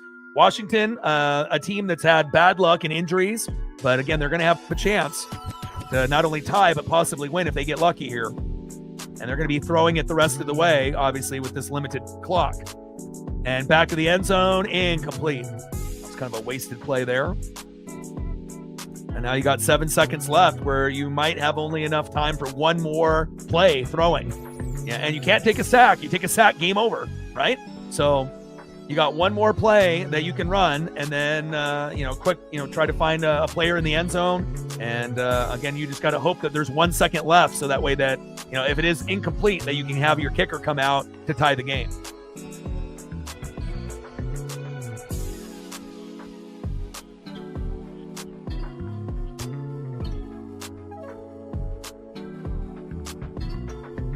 Shotgun set. Mariota. What was that?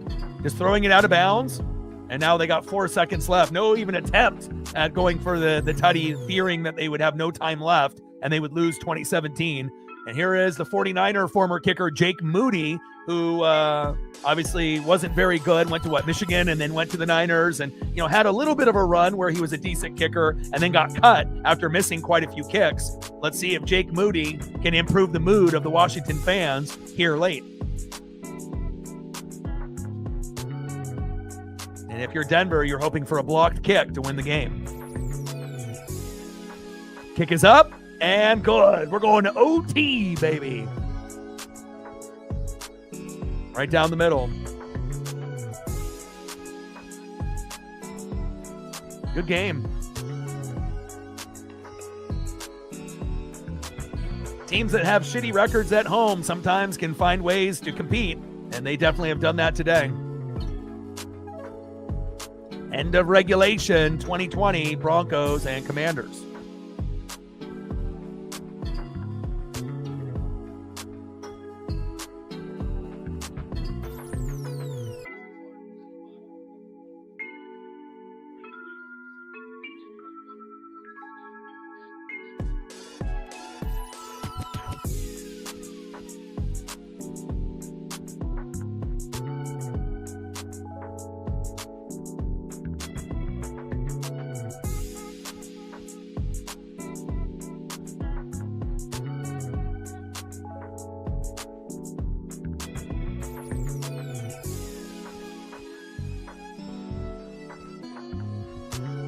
I had to check up on Paisley Pup, make sure she's doing good. She's ready to go for a walk here. But we got overtime first, baby. Let's go.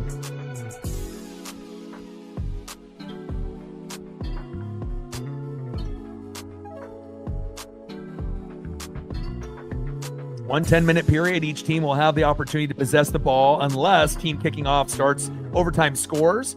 A safety on a receiving team's initial possession or time runs out during the first possession. If teams are tied after one possession each, the next score wins the game. And the last thing that you want is a fucking tie. You know, we already saw one of those earlier in the year, so.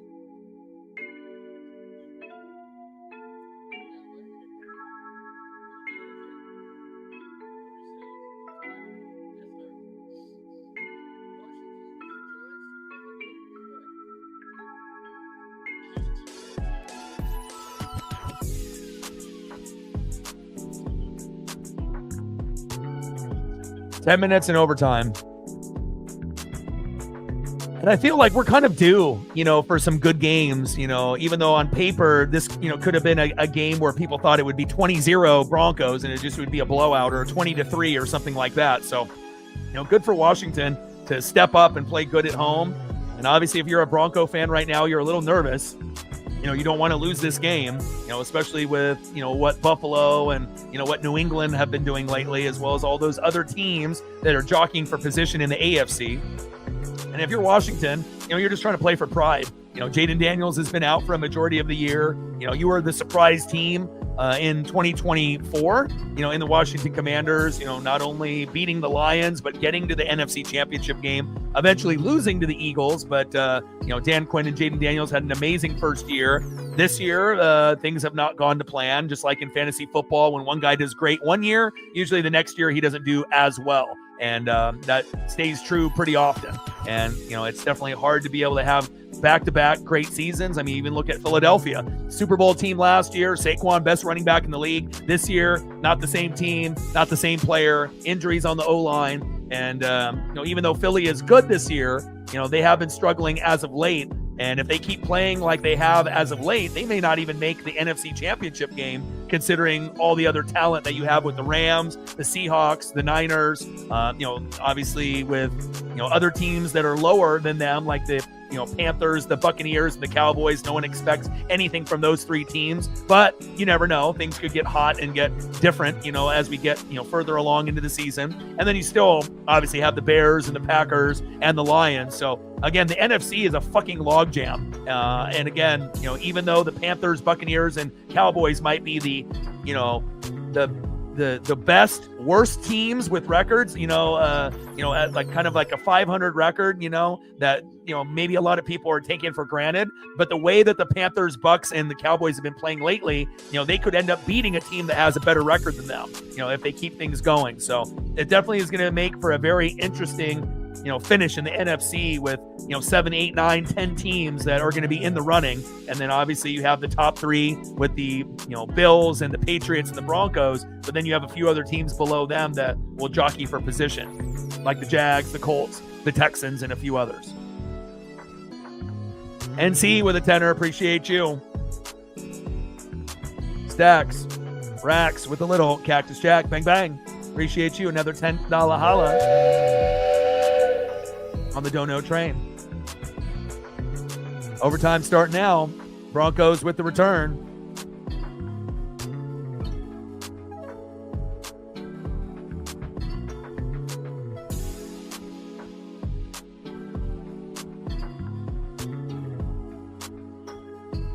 Kind of weird, you know, to think that, you know, the Eagles and the Chiefs are like kind of struggling, you know, at this point, because we've always seen them as like the Kings, you know, or at the top. But, you know, you're going to definitely have a little bit of variety every year, you know, teams going from worst to first, like the Bears, which is nice.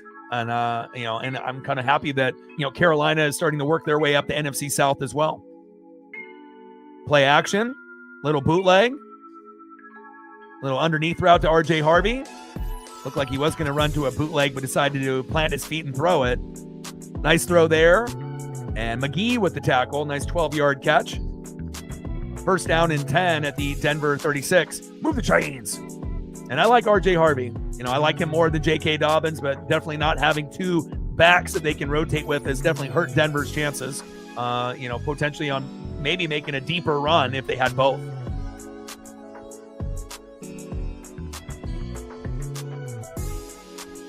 Yeah, Panthers defense is getting better and better and better, you know, in the last few weeks. They're fun to watch. Nix avoids the pressure. Little check down. Adam Troutman there, the former Saint. First down, Broncos. First down and 10 at the Denver 48.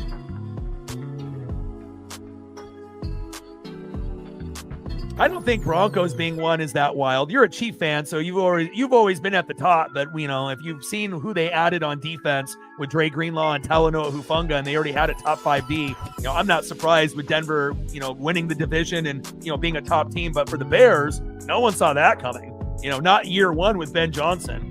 But if you can run the ball and play good defense and believe in your coach and the philosophy, then sometimes you can be a year or two early. Big catch, go, go, go.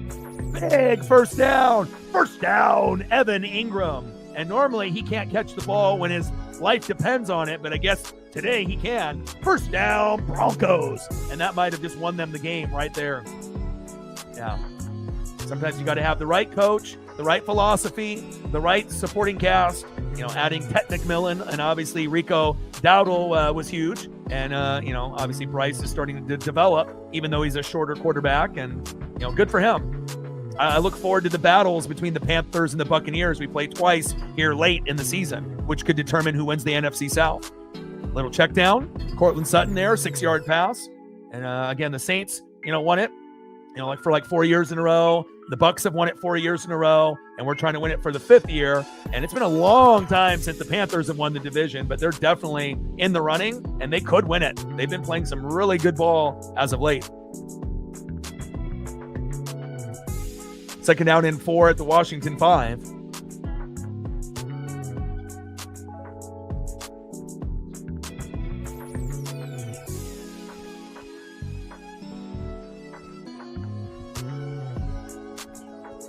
Touchdown, Broncos. I think for the Chiefs, though, it's more of you're more surprised that the Chiefs have been shitty, and not playing well rather than the Broncos being good with an elite defense. I think that perspective is, again, it's one thing, Denver's going to win the division. Chargers are playing good, but I don't think any Chief fan expected them to play this bad this year, right? So.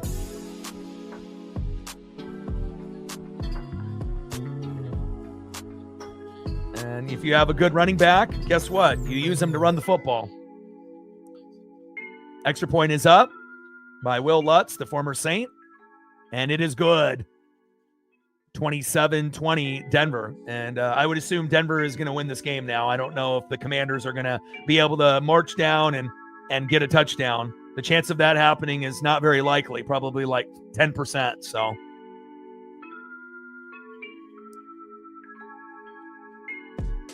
But again, at least you end up having some Super Bowls, and you've had, some great experiences in the Mahomes era, and, just like in the Tom Brady era, doesn't last forever, and you have to be happy that, in the time that you guys were dominant, you won some Super Bowls, and, you have to be thankful for that, and it also will allow you to appreciate, what you had and realize that you can't take the team for granted, and, it's not going to be like that forever, and it will take a lot to get back to where you were, considering everyone in the AFC is caught up and your star players are getting older with Mahomes and Kelsey, Chris Jones, and then obviously Andy Reid and Spags. You definitely need to fire your offensive coordinator and get a new one. And, not to say that they would bring Bieniemy back, but, you definitely need to do that. And, we'll see where it goes.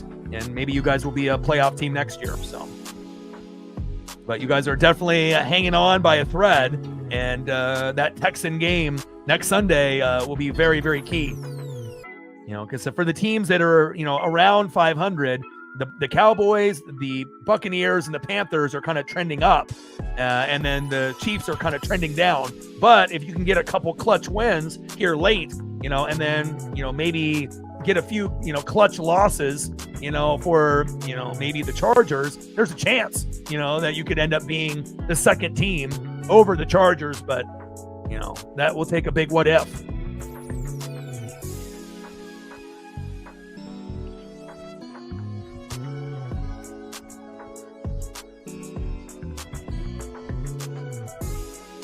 Yeah, Saints already eliminated earlier today. Commanders lose, they're eliminated. Sad, Jaden Daniels was such a stud last year, and it sucks that he had to get hurt. But Mariota, has done a pretty good job. He is a top 5 backup QB. He could be a QB on a few teams in the NFL, not every team, obviously. And, sometimes, one or, 2 minor mistakes ends up, making the difference. First down and 10. Mariota going deep. He's open. Scary Terry. First down, Commanders. And if you're Denver, you have to go after Mariota. If you end up playing man or zone and you just give him time, there's a chance that they'll get a score. So again, if you want to end this, you go after Mariota, even though he does have that speed. You're not winning 1-score games. Normally in 1-score games, you're like 7-0 or 6-1. And in this year, have you guys even won a 1-score game? I think last time I checked, you guys were like, from maybe a few weeks back, you guys were like 0-5 or 0-6 in 1-score games. And that's obviously, shows what your record is at the moment too. Going deep and incomplete. And that's really the difference. If you guys would be able to win those 1-score games, maybe your guys' record would be, similar to maybe what the Bills have or something of that nature, or maybe a similar record to what Denver has. But, sometimes that is the difference.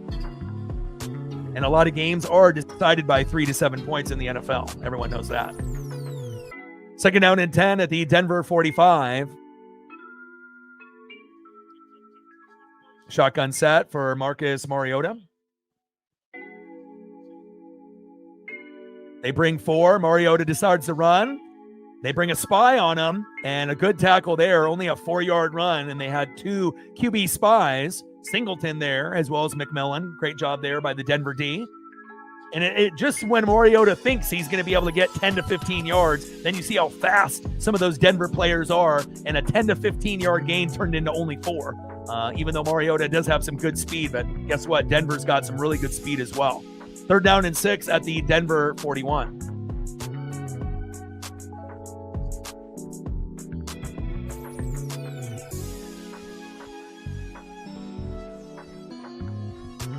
Mariota almost picked.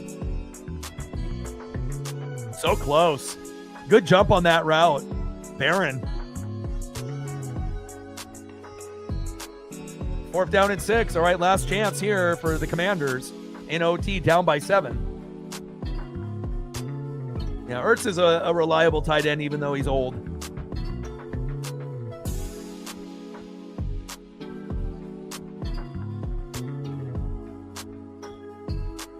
And even though Ingram is usually known for dropping passes, looks like he might end up being the hero after his big catch in overtime to set up that RJ Harvey touchdown.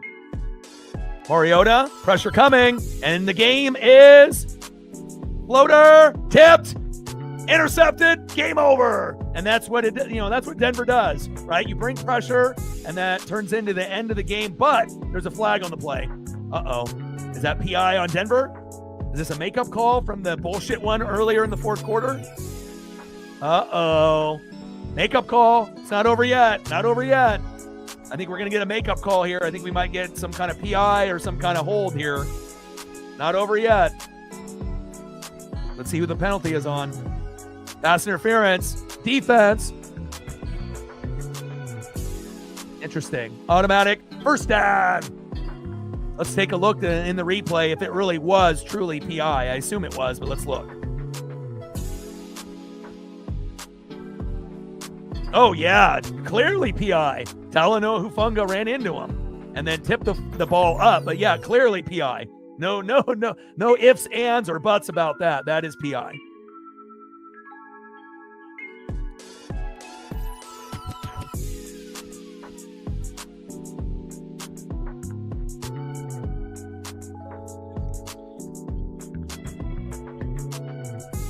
No question about that. Can't argue that one bit. 100% PI. And normally that's not something that Talanoa Hufanga does. Shotgun set. Jeremy McNichols up the middle. Nice 8-yard gain. Second down and 2 at the Denver 28.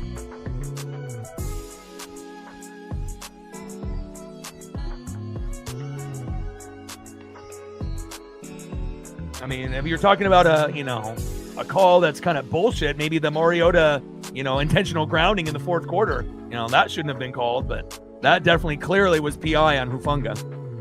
2nd down and 2 at the Denver 28, but remember, a field goal doesn't do anything for Washington. They have to score, so it's not going to be easy here.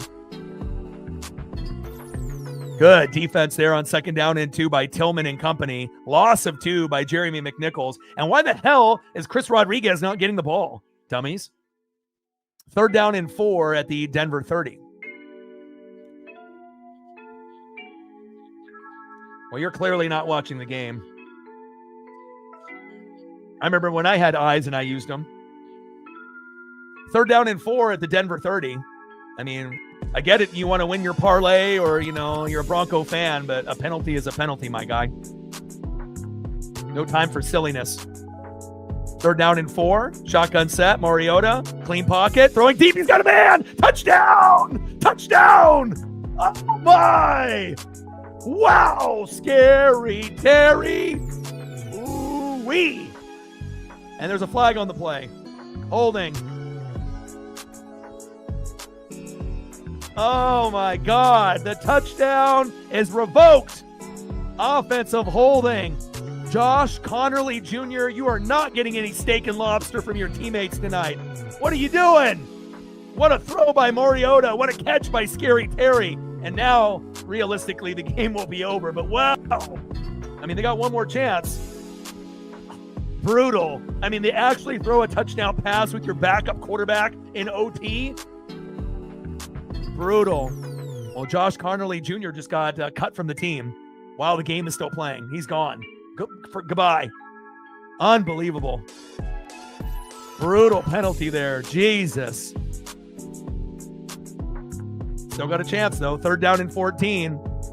Oh, my God. Oh, my God. Going deep. He's got a man. Oh, my goodness. Wow. Down to the 1. Wow, this game just doesn't want to end. After one miraculous play by Marcus Mariota, he's doing things like he did at Oregon. The Heisman winner is balling. Wow. And how do you not have a guy over the top? How do you let him get behind the secondary? Unbelievable. Wow. And now the Commanders are 1 yard away from potentially tying this game up if they get the extra point. Washington isn't ballsy enough to go for 2 in the win, are they? Wow. And why did you stop right there? Why did 21 stop after kind of the back and forth, And then he just looked back and stopped oh, where's the ball? And that split-second decision of looking back cost him. White boy Rick, Riley Moss, what are you doing? And normally Moss is very good. He doesn't usually do that. Oh, my goodness. Maybe the first fuck up by White Boy Rick. That's what the teammates call him. Getting a lot of Caucasian secondary players in the league in the last few years. Big play by the Commanders. Marcus Mariota. Wow. And now you go to Rodriguez and he scores the touchdown. That's what you do. Hand it off to Chris Rodriguez. Boom. Touchdown. But then do you go for 2 and go for the win? Or do you kick the extra point and you keep it going maybe possibly for the tie? Hand off. And why are they going with McNichols? I mean, unless Rodriguez is hurt. But we haven't seen Rodriguez in ages. What are we doing? What are we doing?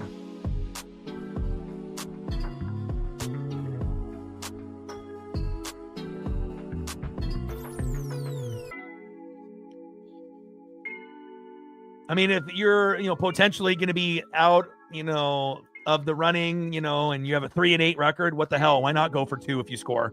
2nd and goal. Keeper by Mariota. Floater back of the end zone. Incomplete.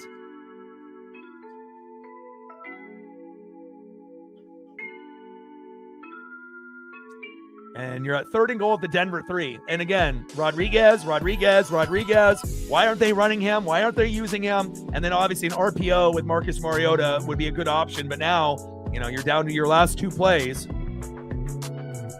I mean, Mariota's got the speed to get to the sideline and, hit the pylon or stretch for the touchdown. But those are the, best options for this team here. But let's see if the Denver defense can impose its will like it's had many, many times this season. Shotgun set, 3rd and goal. Pressure coming. Mariota, back in the end zone, tipped. Oh, incomplete. What happened to my hands? So bad it hurts. Zach Ertz, why? Oh, brutal. God, they're really bringing out the excitement here today, huh? 4th down and goal at the Denver 3. My goodness. 4th and goal. And your probably best shot of scoring is with Marcus Mariota in his legs. But are they smart enough to do that? You know, they'll probably just throw the ball. It'll be incomplete, game over, realistically, but we'll find out. And timeout, Dan Quinn.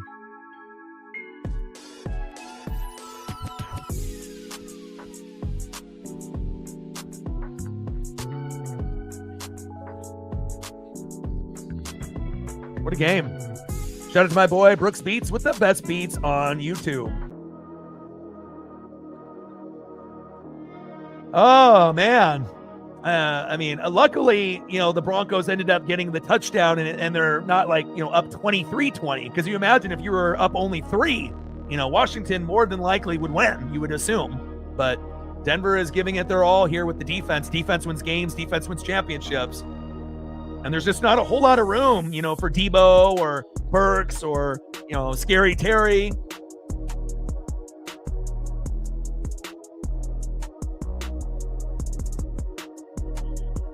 Fourth and goal. 4 wide receiver set with 1 running back in the backfield. Man in motion. Shotgun set. Mariota. 1-on-1. Touchdown! Commanders. Scary Terry off the slant.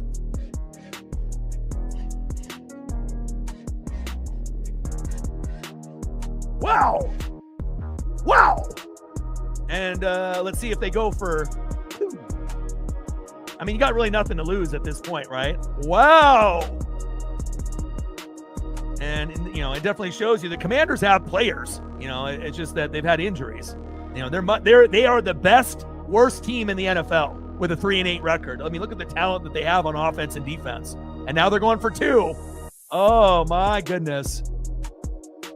Really at this point in the season, what do you have to lose? And if you end up getting the 2-point conversion, right, and you end up getting it, it could springboard you the rest of the way, right? And obviously, if you kick the extra point, you might end up getting a tie, right? So you might as well go for it. Who the fuck wants a tie? Obviously, there's still 2:47 left, and the Broncos could end up winning the game with a field goal or a touchdown, but, it could end up being a tie as well. Nobody wants a fucking tie on their record, right?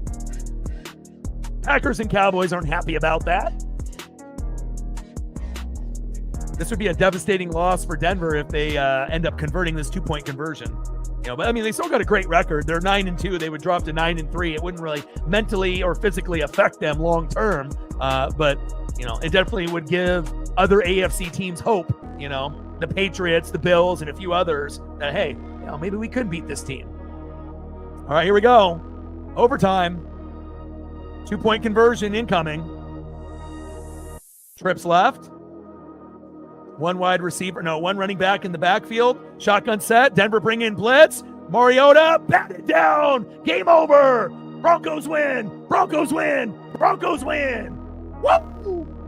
Wow. And that's what we call a timely blitz, right? And again, you do that on 3rd down, 4th down, and you go after the quarterback, and then you end up sometimes getting a play like that. Hell of an effort by the Commanders. Respect. You are the worst team in the NFL. I do respect the 2-point try. Just didn't work out, and again, you had to have known that they were going to blitz you there. And what a hell of a game. One of the better games, the Bronco fans. Woo! Sigh of relief. If you're a Bronco fan, my best friend is a Bronco fan, so I know right now he'll be messaging me saying oh my God, we almost lost that game. But again, sometimes, it's not pretty, but when you win, even by 1, a win is a win. Well, I appreciate every single person that came through to like, sub, donate, comment, share. Appreciate you guys. We'll be live tomorrow for the Patriots and the Giants. Hopefully it'll be close to what this game was, even though we assume it won't be, but you never know. And I love you guys, and I appreciate you guys very much. And I got one question for you. Who talks sports like us? Your boy Ryan, Northwest Sports Fanatics. Final score, Broncos 27, Commanders 26 in overtime. And I am out. Gang.